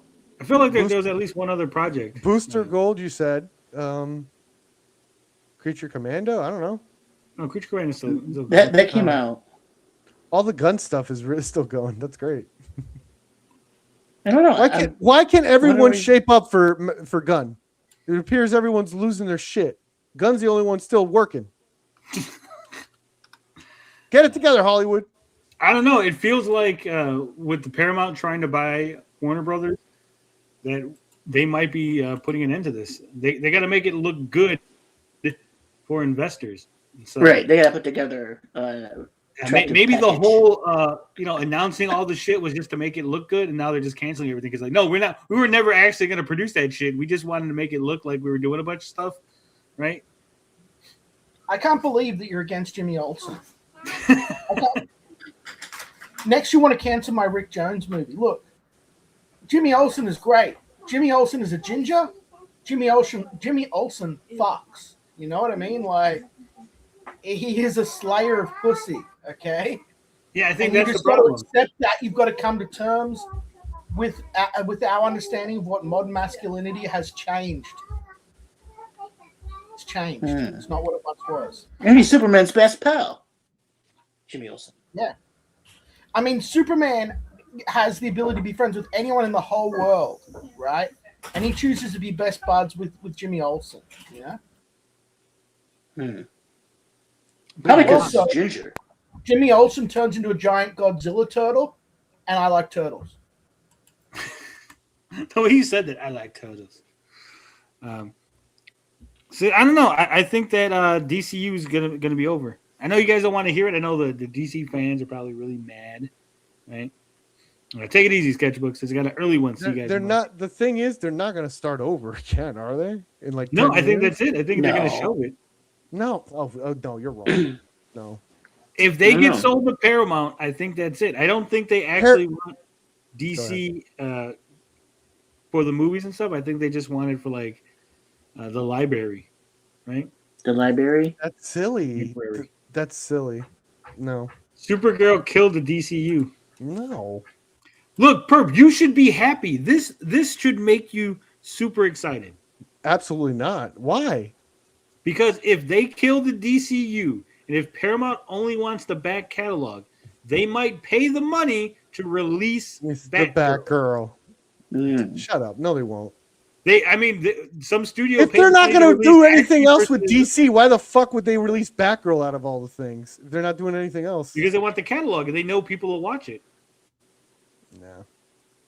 It'll too be late. one more thing on Dude, Paramount we Plus. should have done it before fucking Supergirl bombed, man. Again, it's DC, Warner Brothers, and Paramount are two different companies. Paramount wants it for a different reason, right? Paramount just bought Turtles this year too. Yeah. Like 8 people will watch Batgirl. What are you talking about? Perp and his whole family will watch Batgirl. That's at least. No, my family won't fucking watch it. Nightfall's coming out. I think at the end of the month on on digital. And I think There's on nothing to show anyway. It was all deleted. It's It was not somewhere. deleted. Yeah, it's still somewhere. there. It's in a vault or something. I know they also announced Have you that. not seen it, Perp? No. How Send me can your I? email. No. Send me your email. Stop it. No. Send me your email. Stop it, Liam. Don't do this to me, Liam. I will turn Never against want to give you fucking up. hard, Liam. Never want to. I'll turn on you so hard if you troll me about Batgirl. I'll be that guy. I'll go to the fucking other streams. He's That's terrible. it. He did that. You should have seen what he on fucking one gun, huge fucking one gun tweets. You know what he did to me? How dare you? You'll be writing novels. You'll be writing novels. Every day. Yeah. But yeah, honestly, I do think that they might be done. Supergirl, these announcements, not looking good. Though they did say Blue Beetle's coming back. That kid, Jolo, whatever the hell his name is. I love it. Did you say he is coming back or he's not coming back? He is coming back. He's going to be in Man of Tomorrow. Nice. I thought he did a good job. Man Called Plush says, if there's no Rick Jones, there is no Hulk. He was Marvel, but Olsen gets a show. Olsen. Hey, Yeah. Olsen fucks. Stop with all this Jimmy Olsen hate, man. Everyone's ragging up. But yeah, Rick Jones is also great. Also, Rick Jones is way better than Jimmy Olsen. Fuck Jimmy Olsen. He sucks. You know, He's terrible. I feel like Rick He's Jones awesome. really is like the anchor point of the fucking Marvel universe.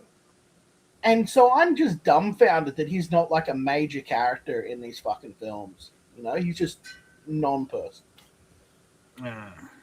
You think you're messing with Chump Change? You ain't messing with Chump Change. You messing with the big money. The big money, baby. I don't know. I think, man, Gorilla Grodd in a Jimmy Olsen show, I think it's going to be so That's fucking low weird. budget. I think it's going to ruin Gorilla Grodd. It's Oh, I going think to put it's off gonna a be bunch worse. of people. That's weird. think He's a you're Flash villain. Wait a minute. Is the You're show gonna called get Jimmy so Olsen? many memes. It's gonna be hilarious. Twitter's Is gonna the go show nuts. called- Is the show called Jimmy Olsen and Gorilla Grodd? Is that No. No. Gorilla Grodd's just the villain in the show. Yeah, it makes no sense. Oh, I can't wait. why doesn't it make any sense? Grodd's a mind control guy. Yeah, but he's the Fantastic. Flash villain. Jimmy's Jimmy. Yeah, why can't that make sense? Yeah. The Like only way, okay, so the only way I see this working is if Gorilla Grodd doesn't show up to the end, like Jimmy Olsen's investigating a bunch of crimes that eventually lead him to Gorilla To Gorilla Grodd. Grog.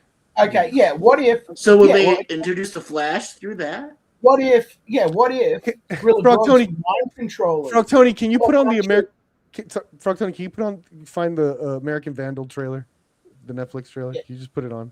This is the What if- the people that are making this, just so everyone gets context of what it's probably going to be. What if Jimmy Olsen is like investigating, right?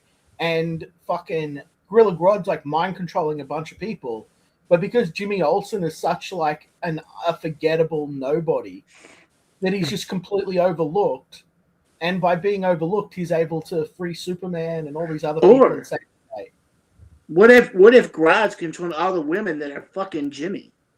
And that's Oh, why they're well, fucking if he him. experienced, Oh, if and he that's what. experienced- if Oh he- my god! And Jimmy has an existential crisis because he can't. Because he's like, I'm actually not a Mac. He keeps fucking monkeys. Yeah. Whoa, Sticky fucking whoa. monkeys. Whoa, hey. All right, this is what Perp wants us to check out. This is American Vandal official trailer. Netflix is definitely going to kick our ass, but Oh really? yeah. Shit. This shit's hilarious. Where I thought things were gonna go. I was gonna graduate high school, get my degree in like engineering. I know I didn't do it. It is a shocking scene for These Hanover High guys are teachers supposed to be today. making a The comedy. vandal spray painted obscene Yeah. on 27 cars. Oh my god. I'll never understand what's so amusing about penises. Everyone thinks I did it. Everyone. Dylan definitely did it. Of course he did it. It's just like a known dick jar. He said no dick jar. The evidence, it's overwhelming. I spoke to expel Dylan Maxwell for vandalizing the vehicles. They made this all up, right? This is not like Yeah. my name Yeah, they made this up. That's I why. believe there are legitimate arguments for Dylan's innocence. Like that they're presenting it like it is a real thing. They're different. It's They're just one different. piece to the puzzle. This is going to take way more than just ball hair. They just analyze dick drawings for the next like 30 minutes. Look at the way he draws his balls versus the way the other. That's why I'm saying this Jimmy Olsen show is gonna be insane. It's gonna be great. Okay, maybe you sold me that they might. Yeah, might I'm pull on it board off. now. They might pull it off. They might. Speaking of pulling things off, Lanterns, guys. Rotten Tomatoes, 90% on Rotten Tomatoes. Dude, Supergirl was a fluke, bro. Come on, man. Is It's Lanterns- fine. Okay, but hold on. So, it's 90% on Rotten Tomatoes, both fan and critics. However, I did see a video. I didn't watch it. I just saw the thumbnail from one of the local grifters that said Lanterns is more woke than the last woke thing. I forget what was the other thing that they compared it to something else. Yeah. He-Man? Wasn't Didn't that guy the cry? big Didn't zero that guy cry girl? over He-Man? No, it was something that was like really like Rings of Power or something, like something ridiculously woke. Oh, okay. No, I don't think anything's everything. Whatever. Nothing's as woke as that, bro. I saw the TV. It was pretty fucking woke. Is this woke? Than I No, saw okay, the most TV? woke shows since Watchmen. Oh, okay. Oh, the Watchmen TV show? Yeah. Well, yeah. Isn't this the same creators too? The same writers and shit? Oh, I think so. I think it's Damon Lindelof or whatever, and Tom King or whatever. Damon Lindelof. Yeah. Lindelof. Yeah, he did fucking Watchmen. And I think he did this I love this. So this is a video from Disparu. He says, Lanterns critics reviews nuke most woke shows since Watchmen. 90% average tomato meter. Who's nuking them? Is it some weird outlier? They always do this. They find like one critic, right? Yeah. Like has some like weird opinion, and they go, "Oh, that's clearly the majority opinion." But yeah, top critics at 86%, all critics at 90%. Only 4 rotten reviews. That's Is awesome. it even aired? Like, has it aired yet? Is it like? on Yeah, no. It already aired. It's airing for us. tonight. I think Okay, it's cool. Yeah. just started. No, it aired at 9 p.m. Eastern, so that was 2 Yeah, hours ago. 2 hours ago for me. Yeah. Yeah. JMD did another episode of fucking. Each time is the best time. Supergirl was a fluke. I don't know what happened there because I'm telling you, James Gunn liked that script. Everyone said that script was amazing. I don't know what happened there. I still have faith in James Gunn. I like that it's a creative, like steering the ship over there, and he's. I found it bland and boring to watch, and I wanted to like it. You know. Yeah. All right, So- let's find the bad review that's here. So Livy Scott says, it's not that a grounded detective story couldn't soar given the circumstances, but without heart or at least a sense of wonder, Lanterns is stuck on the ground. Oh. So she's one of 4. She's a black lady, it looks like. So It looks like. I don't think she's gonna complain about the wokeness in the movie, is what I'm saying, or in the show. Girl. She could be a Marvel shill. Grace Randolph said tomato baby. Mike Hale. Well. Mike Hale says Lanterns is almost entirely about the dark night of the superhero's soul. And he said it's rotten. That's a bad thing? That sounds awesome. That's a perp. That's a perp thing. I mean, to be fair, like Green Lantern isn't exactly. Hey, look, that's a 2.5 out of 4. That's not exactly like great, I guess. And Green Lantern isn't exactly known for its heart and wonder. You know, like it's about space cops. You know. I'm trying to figure out which critic roasted it because apparently. Maybe he doesn't understand Rotten Tomatoes. Thought 90 means tomatoes bad. Like they're throwing 90% of tomatoes, like they threw tomatoes at the movie or something. He didn't understand. They roasted it. 90% hated it. And Tom King. Yeah, that's what I said. Let's see. Zaki Hassan. Sorry, Cosmic. Zaki Hassan. There must be a happy medium between Ryan Reynolds wearing CGI onesie and Kyle Chandler dropping F-bombs every other word. Where taking something seriously doesn't require pretending it isn't fantastic. Dude, you can't fucking win, man. Wasn't fucking Man of Steel too fucking goofy and shit? Like again, he's trying to make a real world where it's like sometimes it's going to be light on its feet, sometimes it's going to get really fucking dark. That's what I liked about it. Like I like that in the pitch, you know, James Gunn's pitch. You know, whether these movies are failing, these shows are falling down, it's like the intent is still there. He's still going to be trying to do this shit with the stuff that comes through. You know, that's why I'm excited for Clayface too. Yeah, I'm not seeing. I think he's lying with his title here. Mm-hmm. It says Blinded saw it. Blind Braille saw it. It was good. The rumors are true. Means it's good. Well, here's his description. So it says Lanterns critic reviews nuke most woke show since Watchmen. Lanterns is a DCU superhero comic adaptation from Damon Lindelof for HBO in the vein of Watchmen. The critic reviews and Rotten Tomatoes love the superhero show without superheroes, which is an interesting idea from James Gunn after Supergirl.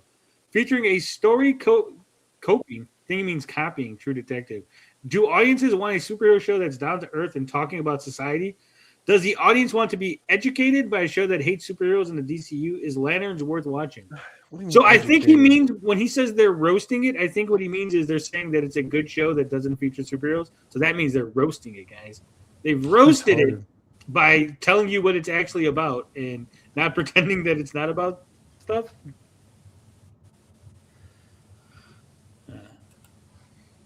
And what else? So there should be one more rotten review here. Right here. Vern Gay from News. At turns sour and embittered, other times bemused.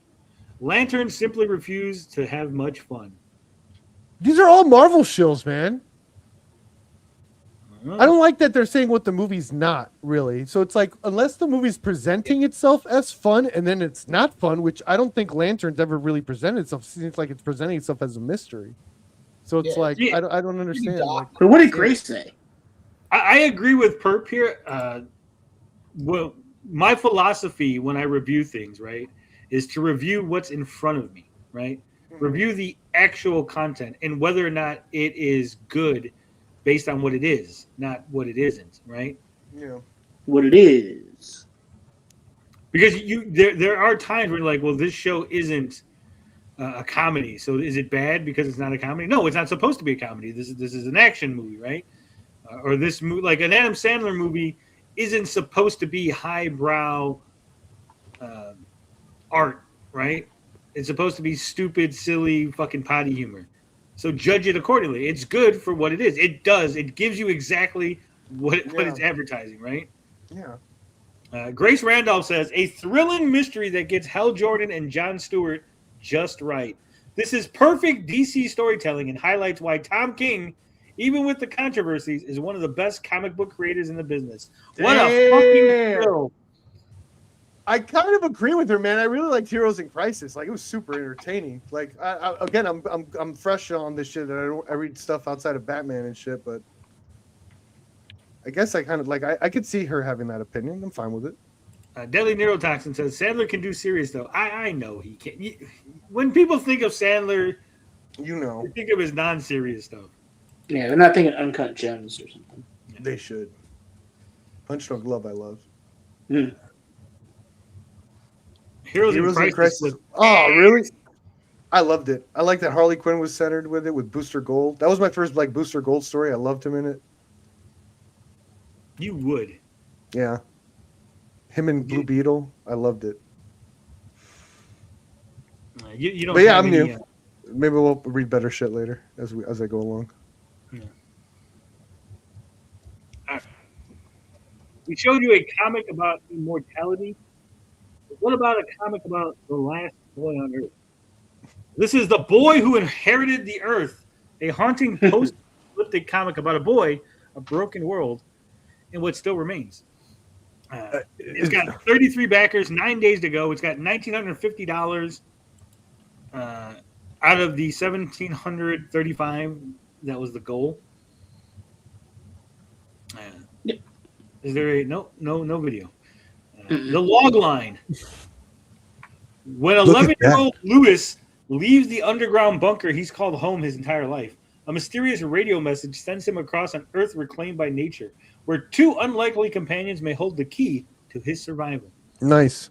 Hey, how long we gotta get props? Because how many fucking of these have you seen where they don't get to the story, where you have to read a bunch of bullshit before you get actually to what it's about? Like this went straight to it. Props. It says, what if the world moved on without us? A century ago, the world ended. Humanity was forced into bunkers. Lewis has spent his entire life underground. The sky is something he's only ever seen in books. Animals are stories. Trees are history. Tomorrow, everything changes. When the bunker door finally opens, Lewis discovers a world reclaimed by nature. Cities have become forest. Wildlife has evolved. Humanity has vanished. Or so it seems. A battered radio carrying a single message: head east, rendezvous, savior. It's like a Fallout mission. It's like you get out of the vault, find a radio. It's commanding. It's commanding. I'm still gonna continue. Becomes the only clue that somebody might still be out there. Joined by Harper, a fiercely protective four-armed spider monkey, and Izzy, a gentle three-tailed red panda, Lewis begins a journey across a beautiful but dangerous new Earth. Every answer uncovers another mystery. Every mile takes him closer to the truth. Why back this project? The Boy Who Inherited Earth is more than a post-apocalyptic story. It's about growing up. It's about grief. It's about hope. It's about discovering that family isn't always the people you're born with. Inside issue 1, you'll discover a 20-page, beautifully illustrated opening chapter. A mysterious new world reclaimed by nature. Memorable animal companions inspired by my own daughters. That's weird. It's a weird. Look, baby, you're a spider. Spider monkey with No, four it's arms. about the extra. It's about the extra arms and tails. That's a common misconception. I get what he meant. I get what was like intended, but it just sounds weird. Right. Animals based on my own daughters. Like, whoa. A coming-of-age adventure packed with mystery, danger, and heart. This is only the beginning. And meet the characters. So you got Lewis, who Whoa. is 11 years old, raised shit. underground. Everything he thought he knew about the world changes the moment he steps outside. Harper. Wait, that was Lewis? That looked like a girl. Yeah, I thought so too, but he's an 11-year-old boy. 11-year-old boys are what like 21-year-old lesbians look like. So pink lips. It tracks. No, I think his mouth is open. His mouth is open. Oh, okay. Okay, thank God. I was like, that looks weird. And you got I'm just Harper, reading- I'm the reading four-armed weird. spider monkey. 4 arms, daughter. endless energy, slow to trust, but fiercely loyal once she does. Like my daughter. Meet Izzy. My other Gentle, daughter. Curious, the heart of the group. Sometimes kindness is the greatest survival skill of all. So here are the preview pages. All those people, man, could you like he would be like super white, wouldn't he? Like if he never saw the sun. Yeah, he'd be a Right. lot more. Yeah. Unless there's like unless the lights in the bunker have like UV in them, right? No, that's true. They Well, would they've need got, to. They could have like some sort of Look at that. blood. Some sort of what, Liam? Unless they had some sort of like, again, like tanning beds or machines that kept the, because you need vitamin D and everything, right? Right. So, Yeah, but I mean, there's Yeah. vitamin D in like milk and stuff. So yeah, but there's not like the animals are in it, so well, I would imagine that there's nothing underground, but like, because look, there's all kind of they pills, drugs and stuff or whatever, food. So I would assume there's no animals living underground. You never see like even in Fallout. Hold on. It said Even there in are no animals. Fallout, there's not like underground like cow herds and shit, right? No. It's all just processed canned food. No, they sometimes they do gardens and shit. Yeah. All right, so choose your edition. Every edition contains the same story. Well, that's nice. I'm glad that's a feature. It's almost like he didn't know what to say there. Just like they're all the same story. Don't worry about it. So 12, about $14 American for the digital. Physical is about $18, which is not bad. Not bad. Variant cover of B, also $18. Variant cover C, also $18. Signed physical edition, about 21. I'm on the fence about this. I think a signed edition, if the person is famous in some capacity, right? Like I would feel weird offering signed editions because like who the fuck am I? I'm like nobody. Like why do you want my signature? Why would my signature make the comic worth anything? Now if in like 50 years if I become, unless that's what you're banking on, that like this guy in it's like like an 50 investment. years. Maybe he's like a gambler with these Kickstarters. Like one of these guys are gonna get big, and I have their comic. I could see that. Like in 50 years, one of these comics that I bought, one of these lowly indie projects that I backed, signed edition, one of them's going to pay out big time. Never know. You'll never know. Yeah, one of these guys is the next Todd McFarlane, I'm sure of it. It's the next Jack Kirby, just hidden away. You got a poster for $30. All three covers for about $35. Origins bundle, so you get extra shit. A lot of tears here. I'm not gonna go through all. Yeah, The Boy Who Inherited the Earth. It's got, I don't want to say a manga feel, but it's got sort of. Well, that's like the reason I picked this one is because it does have a kind of a Japanese feel to it, and like the story, like with a kid hero and all that, just reminded me of Liam, and I thought I'm gonna pick this one. I think it's pretty cool. Oh, thank you. You can tell my my taste where it's like this is Commandy very much so, but with like a younger boy instead of like a young action hero boy. The premise is a solid and interesting one. Yeah. You really love yourself some Commandy, don't you? I fucking love Commandy, man. It's my favorite well, not my favorite. It's like right up there though, Love it. Have you ever seen A Boy and His Dog? Yeah, I have. I've got it. That's with Don Johnson. I love Planet of the Apes too, man. Like, I only found that later in life, like in my like 20s, mid-20s, and I went back and I liked all the original films, and then the new films all came out, and I loved all the new films. Just love it. I love the idea of like. Oni says it's like Wonder Island in an abandoned city. Let's be honest, you have a better chance of getting a signature from the next Ted Kaczynski. I mean, that still might be worth money in the right circles, right? Ted in the right circles, yeah. Ted Kaczynski.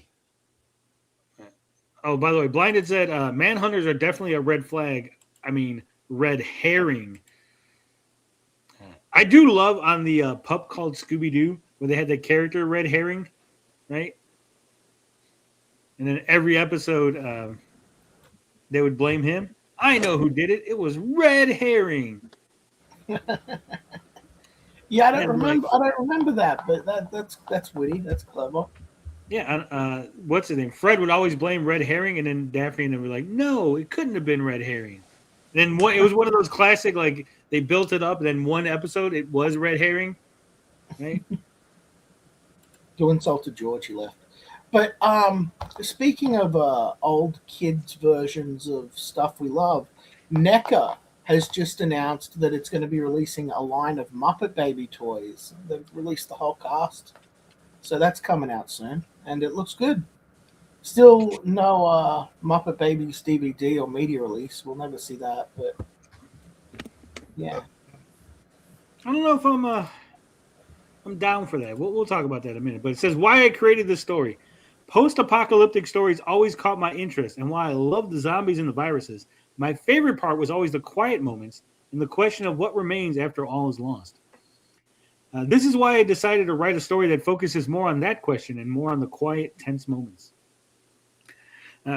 I will say I do like stories where they like try to figure out what would happen to a logical degree, but most of them then go off the rails. Like a 4-armed spider monkey sounds cool, but it makes no logical evolutionary sense, right? Dude, it's based off his 4-armed daughter. Leave him alone. And like a red panda having 3 tails. Again, it makes no evolutionary sense. And I'll say again, dude, it's based off his 3-tailed daughter. Leave him alone. You know, like it's their favorite animals. You know? Just have fun with it. Have fun with it. I do. I just I wish like things would make a bit more sense. Like if the spider monkey was bigger or had like longer arms, something that like no, it has to my reach autism was just triggered in the write-up of the actual fucking campaign. It says that they don't know what animals are, but he's got a companion that's a fucking 2 animals. Are animals a thing or not? Clearly they are. Now there's an inconsistency. It's an inconsistency. Oh, he didn't say he didn't know what animals are. Like if you scroll up at the beginning. No, until he came out of the animals are things of storybooks, right? Hold on. Right. Yeah. It says wildlife has evolved, blah, blah, blah. He spent his life underground. The sky is something he's only seen in books. Animals are stories. He's never met an animal, but he's heard of them. It's like I've never met a Australian, but I've heard of you guys. Oh, okay. Right? Fair enough. Sorry. Story. The triggering has been reversed. I'm okay. It's all right. Everything's okay. So it says, where was I at? Not because they're cute, because they bring something special to a story. They show compassion when the world feels cruel. They remind us what we're fighting for. When I started writing The Boy Who Inherited the Earth, I always knew Lewis wouldn't stay alone for long. What most people don't know is that Harper and Izzy aren't just characters. They're inspired by my daughters. I already knew that. I already knew that. You said that earlier. Earlier, I knew that. I knew that, dude. Harper has been my little spider monkey since she was a baby. She climbed absolutely everything, including me. Izzy has always been my little red panda. She got the ginger hair, loves cuddles. Ginger! If I sit down for 5 minutes, she'll happily climb on top of me and treat me like a tree. Those little pieces of my family are woven throughout this comic.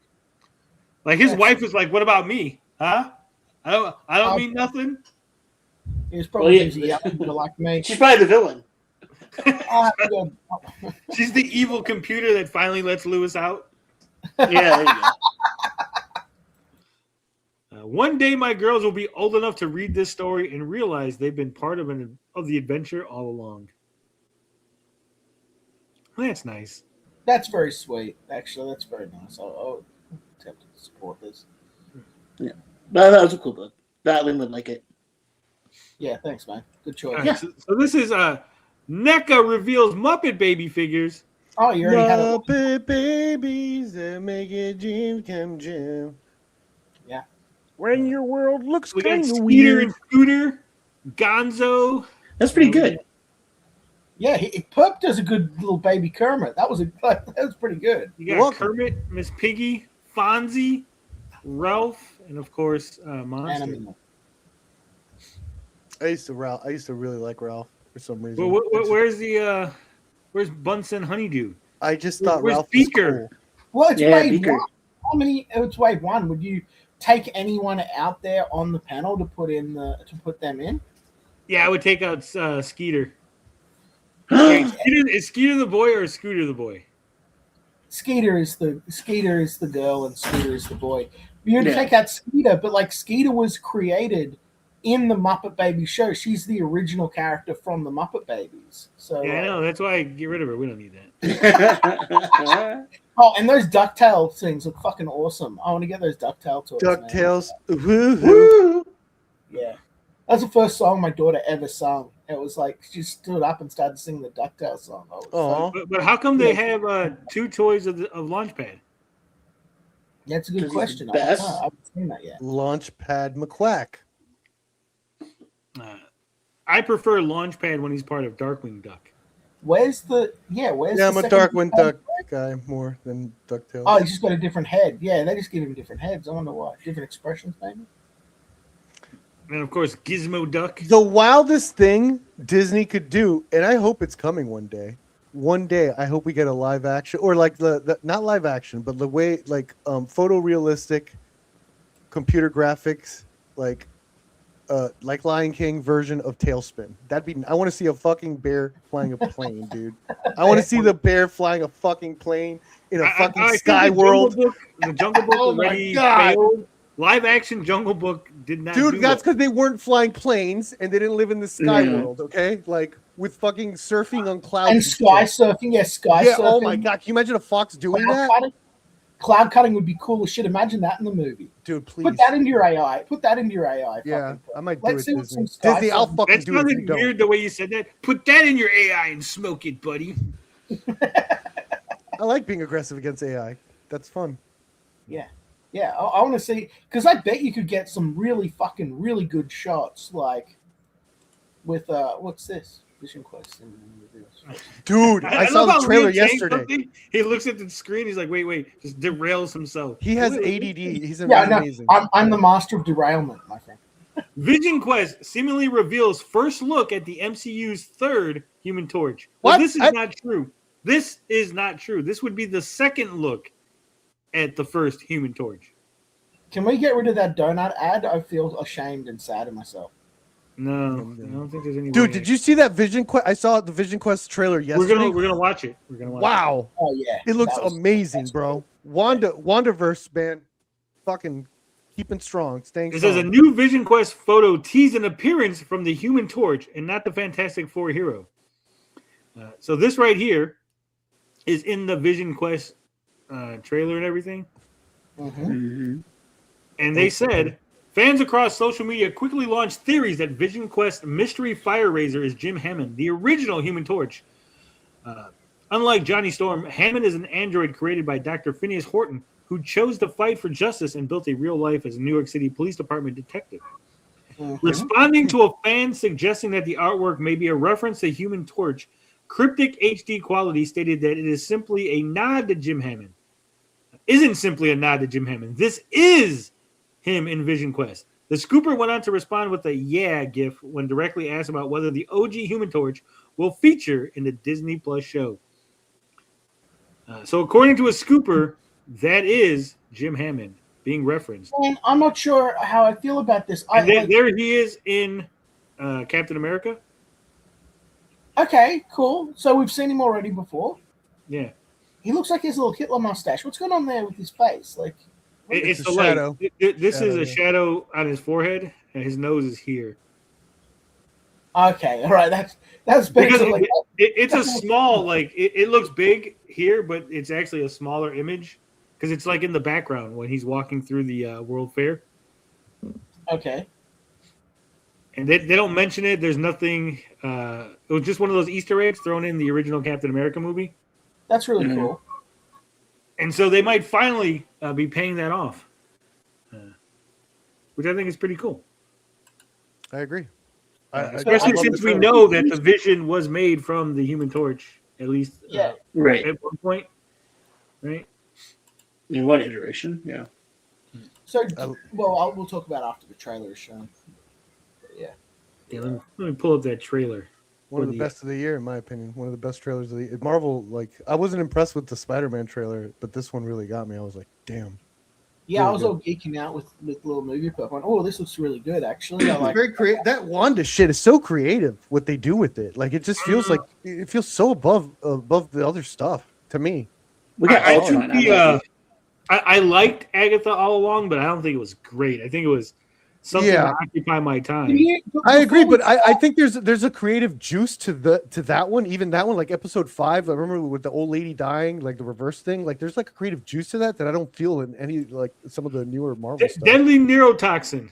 I want you to put a pin in what you just typed. Okay, put a pin in there.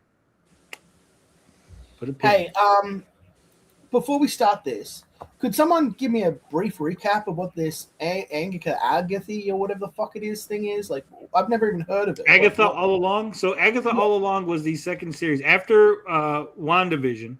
Yeah. It turned out that Agatha Harkness was manipulating Wanda to try to steal her magic, right? Yep. And then Agatha All Along was a show about Agatha trying to get her magic back by tricking a coven of a bunch of witches to create a new coven and then go on this journey that supposedly was going to lead them to like whatever they want at the end of the road, right? This witch's road that all these witches supposed to take, and it gives like the ultimate power. But it was never real. Yeah, it's a twist. Well, the twist is that the witch's road never really existed, and it only worked because Wanda's son Wiccan was manifesting it through his powers. He didn't even realize that he was manifesting it. Yep. And really cool. It ends with Wiccan basically running free. I think, if I remember correctly, Wiccan's still out there. Yeah, I haven't seen that. I've not. So yeah, I'm not. And then death is introduced in that, like not the concept of death, the actual like this person is the personification of death. Yeah, that's cool. Yeah, it looks cool. So this is the third show in that trilogy. Champion. Which is great that they're and marketing. What's funny is I was telling my dad, since this is the third show, it's not a Vision trilogy, it's not a Wanda trilogy, it's a Wiccan trilogy. Because the first show, WandaVision, would show how Wiccan was created. Mm-hmm. The second show would be how he got his powers and matured. And then this third show is showing him reconnect with his father to become the superhero that he's meant to be, right? I think it's a family. I think it's a family thing where it's like the first one's Wanda, and then the second one is Agatha is the Wiccan, and then this one's going to be Vision and the other son. I'm pretty sure that the other son's dead. Then, I'm pretty sure. And Agatha, remember he's dead. That was the whole thing. The other son of Wanda. We'll see. I mean, it's Marvel. We'll see. Yeah. When is Mano Fest? I might want to go. Sounds better than For the Fan Fest. Did you already see this trailer, Tony? Yeah, I have. Okay, yeah. It's really good. Before you started working here, I remember when you'd come in all the time with that redhead. Redhead? I was a different person back then. How about now? How about new? Anyone waiting for you tonight? No. Home is me. Home is just me. See? It's just on another level. The dialogue is just already better. It's just way better. It's just on another level. It's already better. It's like 4 lines. I know. It's like, no. You Like wait that, for anyone? Like, oh my God, their dialogue. No, just him saying no. Home is just me. It's like that's beautifully poetic, and it's like it's gonna go with the thing. It's like it's already on another level from Brave New World and everything else you fucking get. Like this, I don't know who these guys are, but they're fucking awesome. These people, whoever does this Wanda stuff. Marvel Television. The Vision. Who am I?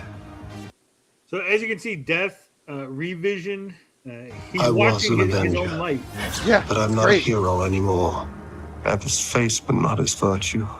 All I have is his name. Welcome home, Vision. Love the colors here. Look at that. This house is getting crowded, Vision. Ultron. Human avatars only. So, just like I said years ago, I'm finally validated. I said that Vision never killed Ultron, that he kept a part of him inside of him. That he only destroyed the body. Why wouldn't he? He understood what Ultron is, and there's something special. Like, I think that's a total fucking Vision move to do that. Yeah. Like, if he understood how special Ultron is, you know? But I called that right at the end of Age of Ultron. I said, no. I wrote a whole article about it. You could go find that on my website. Good call. Nice. Sir, I cannot overstate the dangers of keeping him around. Yes, but he is Dad? Papa? Peepaw? I'm a stranger to myself. That family wasn't real. You sure about that? I had a father, a machine called Vision. See, Muzzle what do you tough. think? You don't think that's the other son? Or was that Wiccan? It's hard to tell. Yeah. Because I could have swore the other son died, like he drowned. That was like the whole thing, right? Like he tried, like Wiccan had survived, but the other one didn't. It's a boy. How is this possible?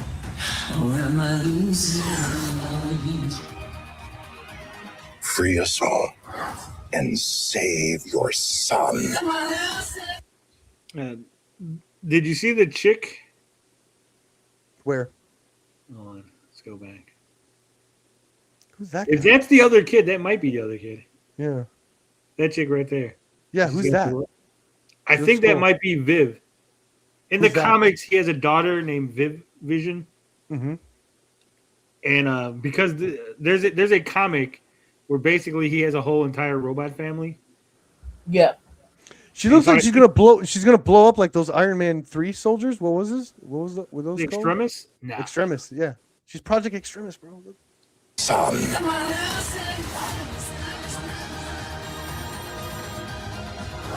That's so cool. I wish to understand my purpose. With a genocidal maniac inside your head. Nothing bonds a family together quite like mortal jeopardy. James Spader is so fucking good. I love it, man. He has a great voice. He's great in everything I've ever seen. I find that to be so creative and on such another level to the other stuff, you know? Great. So yeah, Hopefully I'm it looking doesn't forward to it. disappoint. I seen it and I was like, oh man, this looks. So this looks basically, Vision has a whole bunch of motherfucking other robots up in his brain, and he's Well, I going to think have they're all parts of his personality. Well, I was thinking since we saw him in two different colors and they all showed different cycles of his life, and then we saw Ultron. That No, well, ultimately- because he's white. He's the white Vision. At the end of WandaVision, he died. Remember, he died in Infinity War, right? Yeah.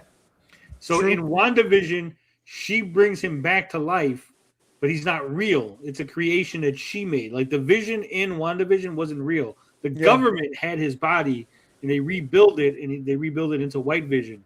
But he's missing his memories and stuff because he doesn't have the mind gem anymore. Mm-hmm. Okay. So like part of his personality and part of his memories are gone. And I think that's part of what this is, like him trying to figure out who he was before, right? Mm-hmm. And now he's kind of like a blank slate again. Well, it's just I got the impression from the trailer, knowing none of that. I could be completely wrong, could be dribble, that we're going to end up with all of these different personalities, and they're going to be taken out of his body and given their own bodies. Turned into Well, they might. I think obviously Ultron's going to come back out, right? That's what I think will be the driving factor. Would it be really awesome in the show if like all that stuff that's happening in his head is like a nanosecond to like one scene that like, you know, he's just thinking for like 1 second something that happened in like real life, and it's like all this whole thing happened. It might, because they're computers are running so much faster, right? Yeah, exactly. Yeah. Exactly. So someone had mentioned this, and it's funny that you mentioned Gargoyles. All new Gargoyles series officially confirmed with original creators returning. I want live action. We'll scroll down because we're getting a new Gargoyles comic book, guys. It's a comic book. This is atrocious. Who's with this? Is with Dynamite. Interesting. Gargoyles will return first as a comic series. Mm-hmm. Notice the word that I said first, because Yeah. and then Gargoyles will return as the Disney animated series. That's right. image via Walt Disney Television. It's coming back. Gargoyles isn't only back in a comic book capacity. Instead, fans will rejoice in hearing Disney will officially bring back the animated series as well in the near future. Confirmed by Jonathan Frakes, the voice actor of the evil David Xanathos. So there you go. We're getting the cartoon back. And it sounds like if they're getting David Frakes back to voice Xanathos, it's going to not be a reboot. It's going to be a continuation. The success of X-Men 97 might just get them to like continue these old shows. Yeah. Yep. I want live action, man. You just want to see the sexy live action gargoyle chick, right? No, I want to see the sexy Brooklyn, man, and Bronx. I fucking love those guys. Isn't Bronx the dog? No, Brooklyn was the dog, I think. Bronx was the orange one with the hair on the top. No, that's Hudson. No. Bottom. Yeah, that's Bronx. That's definitely not orange. What is that? One of us is reddish colorblind, orange? and I don't think it's me. Well, I'm wearing glasses. But I actually agree with Moody. Oh no, Bronx is a dog. I'm wrong. Yeah. So I'm Brooklyn. excited Okay, I to like see Brooklyn. The series continue, right? I'm excited to see Greg Weisman's a really nice guy, really cool guy. He got screwed around hardcore by Disney, so I'm glad that they're giving him a go again. They're gonna screw him again. Yeah, they will. They'll screw him again. But at least he's got a chance because they've had conventions for gargoyles and everything. Like, this is a beloved property, okay? And it is phenomenally written. It is great. But I do wish that we got, if not a CGI live action movie, I would have really liked like a full-length Disney high-quality animation film of gargoyles, just recapping their origins. Perfect PG-13 dark tone. Like, oh, it'd be so. Come on, man. Can you imagine them with like just breaking out of the stone and everything? Like, they're not on the you have the medieval opening. You have that medieval opening. Yeah. Like, fuck, bro. Get out of here. Dude, it'd be so good. I'm going to do that too in AI. Fuck it. Tailspin first, then gargoyles. Yes. Make sure you at me in it. I want to see. Yeah, I don't want CGI. I want a full live action. I want suits. Oh, that'd be wearing cool, like the Ninja Turtles, but like gargoyle suits. Yeah, that'd be cool too. No, I don't think they could do it just because there's too much flying. I think they would have to. You'd have to CGI this. They shit out. glide. You're such a tourist, Tony. When I say, no, they fly. They glide.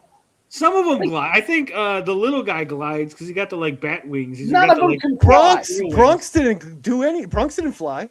Well, because None he's of them a dog. can fly. They can only What did Bronx glide. do? So he always had to chase him in the street and shit. Look, if they don't have the 3 gargoyles from England, that the one that looks like a bird that fought in World War II. Yeah. Catch Street Bronx. But no, I love the gargoyles. Great. The last season kind of goes off the rails where it's like a time travel adventure, right? Yeah. You just need the first season. You technically just need the pilot, right? Was it like a 90-minute pilot movie? Like that's exactly what you need for the movie. Yeah. Who would you cast for the lady? It's got to be Jennifer Lopez. Sydney Sweeney. she's Mexican. Renee Montoya. Okay. And obviously, you got to have Jonathan Frakes come out, right? Yeah. Because he is fucking Xanathos. What a name.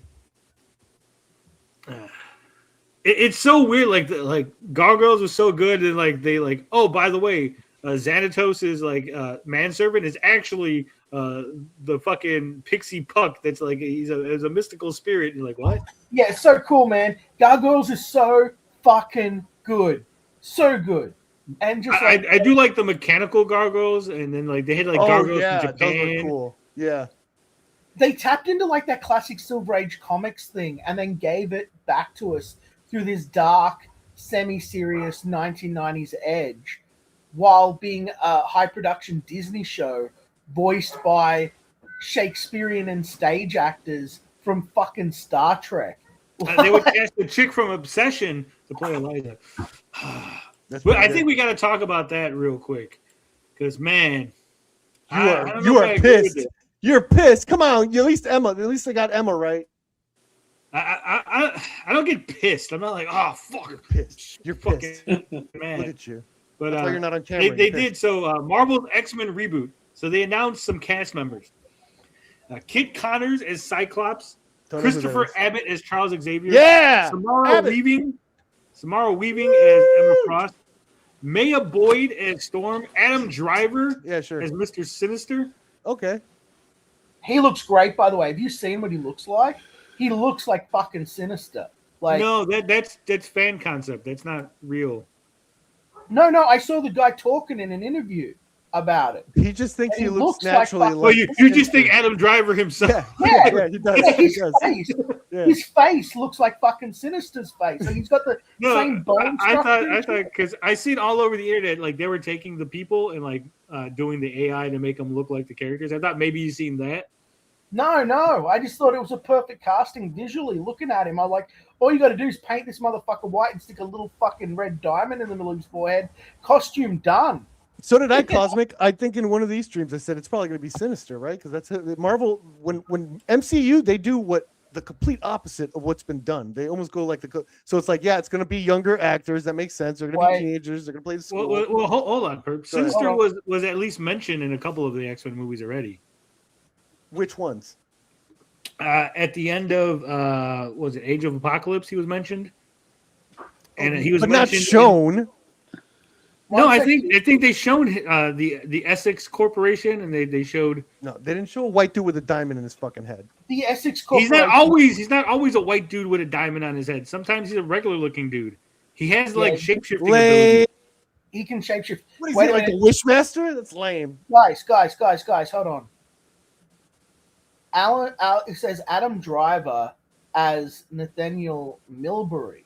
Yeah. aka Mr. Sinister. What the fuck's that about? Isn't he Nathaniel Essex? Well, Nathaniel Essex is his born name. Nathaniel Milbury is when he comes over, because remember he's real old. He's not as old as Apocalypse, but he is hundreds of years old. So he comes over to the he's new 19th world. century. He's 19th century. So. And so at various times he's used other names. I'm pretty sure that's a name he's used. Gotcha. But here's the thing: you get Inde. I don't know how to pronounce her first name. Navarrete as Rogue. I think that is a horrible fucking casting. Horrible. Can we She's see a great her- actress. She's the main chick from Obsession. Can we see Indri? She's or from whatever- Obsession. She's the chick from Obsession, Liam. I haven't watched Obsession. I haven't. Haven't you seen a trailer for it? What? Sorry. You've not seen a trailer for it? No, I don't know shit about it.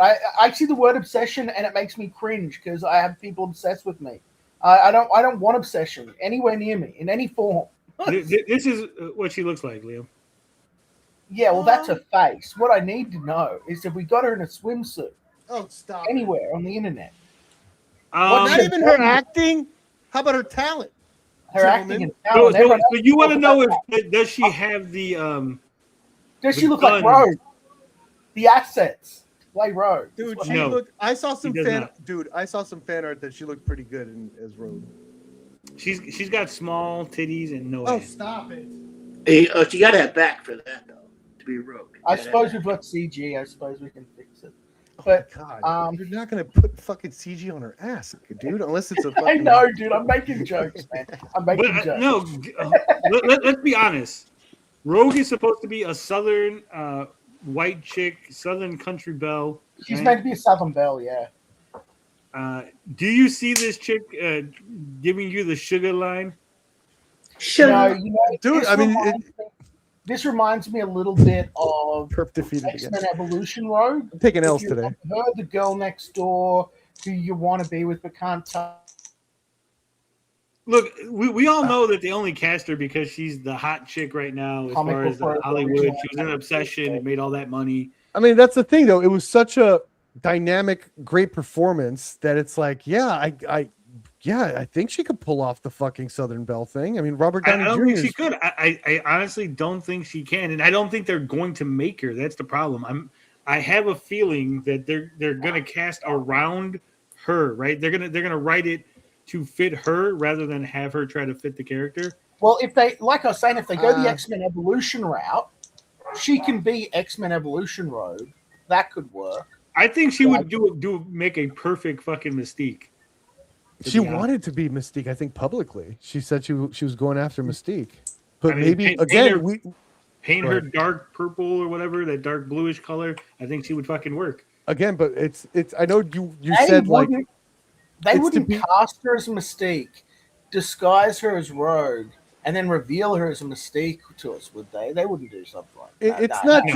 It's not just. I understand, like, oh, she's not the Rogue from the comic book, but she could be a Rogue in the whatever particular story they're telling, right? Because if she went in there for Mystique, right, she wanted to be Mystique, because everyone said, oh, you look like Mystique from the comics, or like she feels like I could be a Mystique, but then like through talking with the director.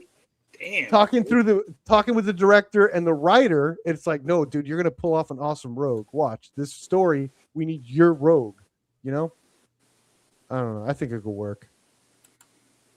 What the fuck is up with this? What is this? I mean, that's not the one I was thinking about. That's not the one I was thinking about. I saw one where she was sitting down. She looked like a normal. Especially they're doing like they're just normal fucking kids in school or something. They're like really young. Mm-hmm. Like I said, I don't know. I don't think she could. She's gonna pull it off. Yeah. I want to be wrong. I want to say that she does a killer job. I'm gonna like she's also, while she's awesome, she's also so fresh that they auditioned her, man. Like it wasn't like a Tom Cruise situation. Like she did the lines and she probably killed it, man. That's why it's like if they hired her, it's probably because she was really good. Oh, there you go. I'll give that a pass. That's all right. It's a bit of all right. I'd risk having my soul sucked out for that. Like I said, I don't think maybe I got to hear her talk. I got to hear her talk in a Southern accent, right? Like that is crucial to the character, right? That accent, the way she talks. I mean, the last one had it, right? She had an accent, and a Paquin, she had an accent. It was like that still didn't really satisfy Rogue fans. Well, she wasn't really Rogue in any of those movies. I know she had an accent. That's what I'm saying. Like, if she had an accent, ooh, this one might not. They kind of combined Rogue with like Kitty Pryde, the way she was going around. True. And stuff. Yeah, she felt more like a Kitty Pryde. Yeah. You know, if Paquin HD an accent, I think she had an accent in the first one, and then it was one of those Wanda Bobby. I remember when she killed that dude in the beginning. Bobby, what's wrong? Yeah, I think like in the first one she had an accent, and then by the third movie, like the accent was just like, fuck it. No one else is trying in this movie. Fucking Halle Berry gets to lose hers. I get to lose mine. Fuck it. Yeah. Guys, we're not thinking about this right. This chick from this Obsession movie as Rogue is like a rock star right now, right? Yeah. Well, what's the story of Rogue? Rogue gets manipulated by her mother, drains all of the fucking powers out of Miss Marvel, who bombed and everyone fucking hated. That's very satisfying to viewers. If she gets her own spin-off and we go and we follow Rogue through like other movies, we can get rid of Captain Marvel, drain her out, then maybe bring her back later as Warbird as a, they'll probably bring her back as Binary, but like bring her back as Warbird. And then we'll have, potential for Rogue, right? You mean Marvel announces Brie Larson's return as Captain Marvel 3 years after her movie flopped? Yeah, so Rogue can suck all the fucking powers out. Let's get her Brie back. Larson is officially stepping back into costume as Captain Marvel. Let's get her back, baby. Yeah. Suit up. Suit up and get drained. No. Drained. Here's what's gonna happen, Liam. Here's the thing. I always made a point that fucking Thanos tried to headbutt Captain Marvel, and he looked like an idiot trying to do that, and it hurt him, right? And then he had to get the fucking Power Stone and then punch her out. So it needs to be Doctor Doom that takes Captain Marvel out. That way, it shows how powerful Doom is, because he completely like nerfed fucking Thanos' power. All right. Speaking of nerfing things, I got a comic here from McFarland. Pistol Shrimp 1 through 4. The first 4 issues of Pistol Shrimp in glorious print. This comes to us from Charlie McFarland. Yeah. No relation. Cool. Well, I'm gonna head out. Actually, I'm gonna head out. But this was fun. Chat, you're awesome. Liam, you're awesome. Alto, you're awesome. Frogtony, of course. Later, guys. Later. A small hero on a giant quest. After a freak accident, Pistol Shrimp and his wife Caroline are dumped into the ocean and separated.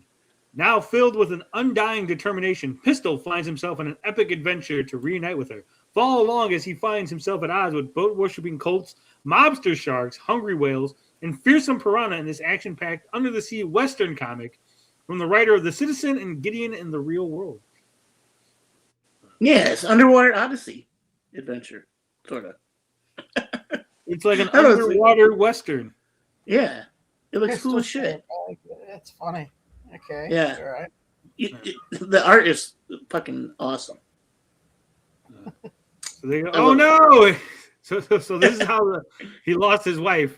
They just threw him in the ocean. Like, She was just throwing it out the backyard. Oh no! It says it begins as here as Pistol Shrimp and his wife find themselves completely separated after being dumped into the ocean. In his attempts to track down his wife, Caroline, Pistol finds himself pulled in the middle of a mob shakedown at a local bar. Look at that. You got shark mobsters, you got octopuses, octopi. I mean, check out that art. It's awesome. Very Saturday morning cartoon. I could definitely see this work as like a Saturday morning cartoon. In the vein of a Gargoyle is like a more adult sort of, not like a silly, because when you think of Saturday morning cartoons, you're thinking silly cartoons, like True. more of True. Less SpongeBob, more Gargoyles. Yeah. So yeah, I mean, it looks pretty good. It looks interesting. I think I've seen this. I've seen this on Twitter, like past my. It's all over Twitter right now. Yeah. No, I'm saying like when it's first came out, because this is the 1 through 4. Oh, okay. Yeah, this is. Yeah, and there's deals on both on the digital and the physical bundles. The digital shrimp, $6. This tier gets you digital PDF copies of the first 4 issues, plus For a $6. PDF of Gideon in the Real World #1 for $6. That's a good fucking deal. Yeah, I'm backing that. I'm definitely backing that. Yeah. For $10, you get 1 physical copy of Pistol Shrimp #4, as well as the reward from the previous tiers. So for $10, you get #4 plus the digital copies. I do like this. See, this is like an actual tier system. Yeah. Where like the more you get, like it's like, and all previous tiers. Where everyone else is just like, this tier you just get this one thing, right? Yeah. So for $30, you get all 4 books. You basically get a book for free. You get all 4 books plus the digitals, plus it says 4 Pistol Shrimp stickers, your name on the thank you page. There you go. Yeah, I mean, I don't know. It looks like a cool project. The writer of this book followed me back on Twitter, so that's cool. So shout out, Charlie. Yeah. I thought it looked like a lot of fun. Looks like a fun little book. Yeah. You got to let us know. You got to do a review of this. Yeah, for $6. I mean, you can't go wrong. You know what I mean? Yeah. And then we can write it off on our. Yeah, $6 for all 4 issues, Liam, on digital. Can't beat that. Oh, digital, yeah. Okay. So there you go. Good job. You found us some good little campaigns. I'm trying. Let's end this show with a trailer. Hold on. Why is this thing playing? Don't play that trailer. We got a Doomsday special look trailer. Oh, this is awesome too. Watch this. Victor was always the smartest guy in every room. Whose voice is that? I couldn't clock whose voice that was talking. I have no fucking idea, eh? No clue. He used to be different. I think maybe it's Vanessa Kirby. Yeah, I think it is. He used to be kind. He used to be caring. Yeah. Yeah. Fucking Kenobi. I was gonna say, doesn't he look like a Jedi there, like in that image? Yeah, exactly. That's Alec Guinness. He Or does. Alec Guinness, I'm Fucking sorry. Ian McKellen just became Alec Guinness. But this is their version of if you go back, this is their version of like 90s mullet Magneto. And I mean that's disappointing because 90s mullet Magneto was like the buffest of Magnetos. Like Yeah, but he's an old. This is old Magneto. And then everything he loved was taken from him. Now watch this, see? Blue eye. I knew he was lost. I don't know if you clock this. Look at that. He's got his what's his name? U.S. agent. U.S. Who agent is that? back there? Who's there in the back? That's Namor in the background, is it? No. Over there in the shadows? That's On the left is No, U.S. no, agent. on the right. On the right. No, that's just a guy. Lost. I don't think Namor would be standing in the back like that. Well, that's Namor. Yeah, I don't know. But I did not realize that he was broken.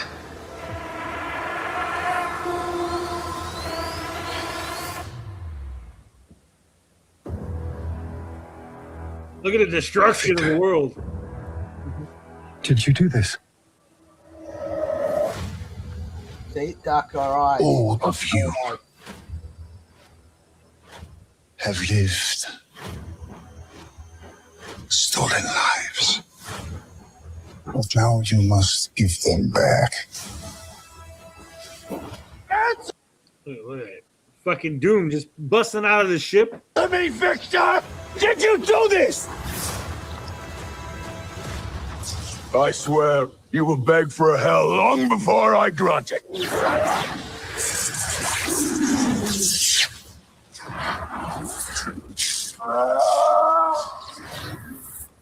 Effortlessly. It's fucking. Answers to me. Here we go. For I am Doom.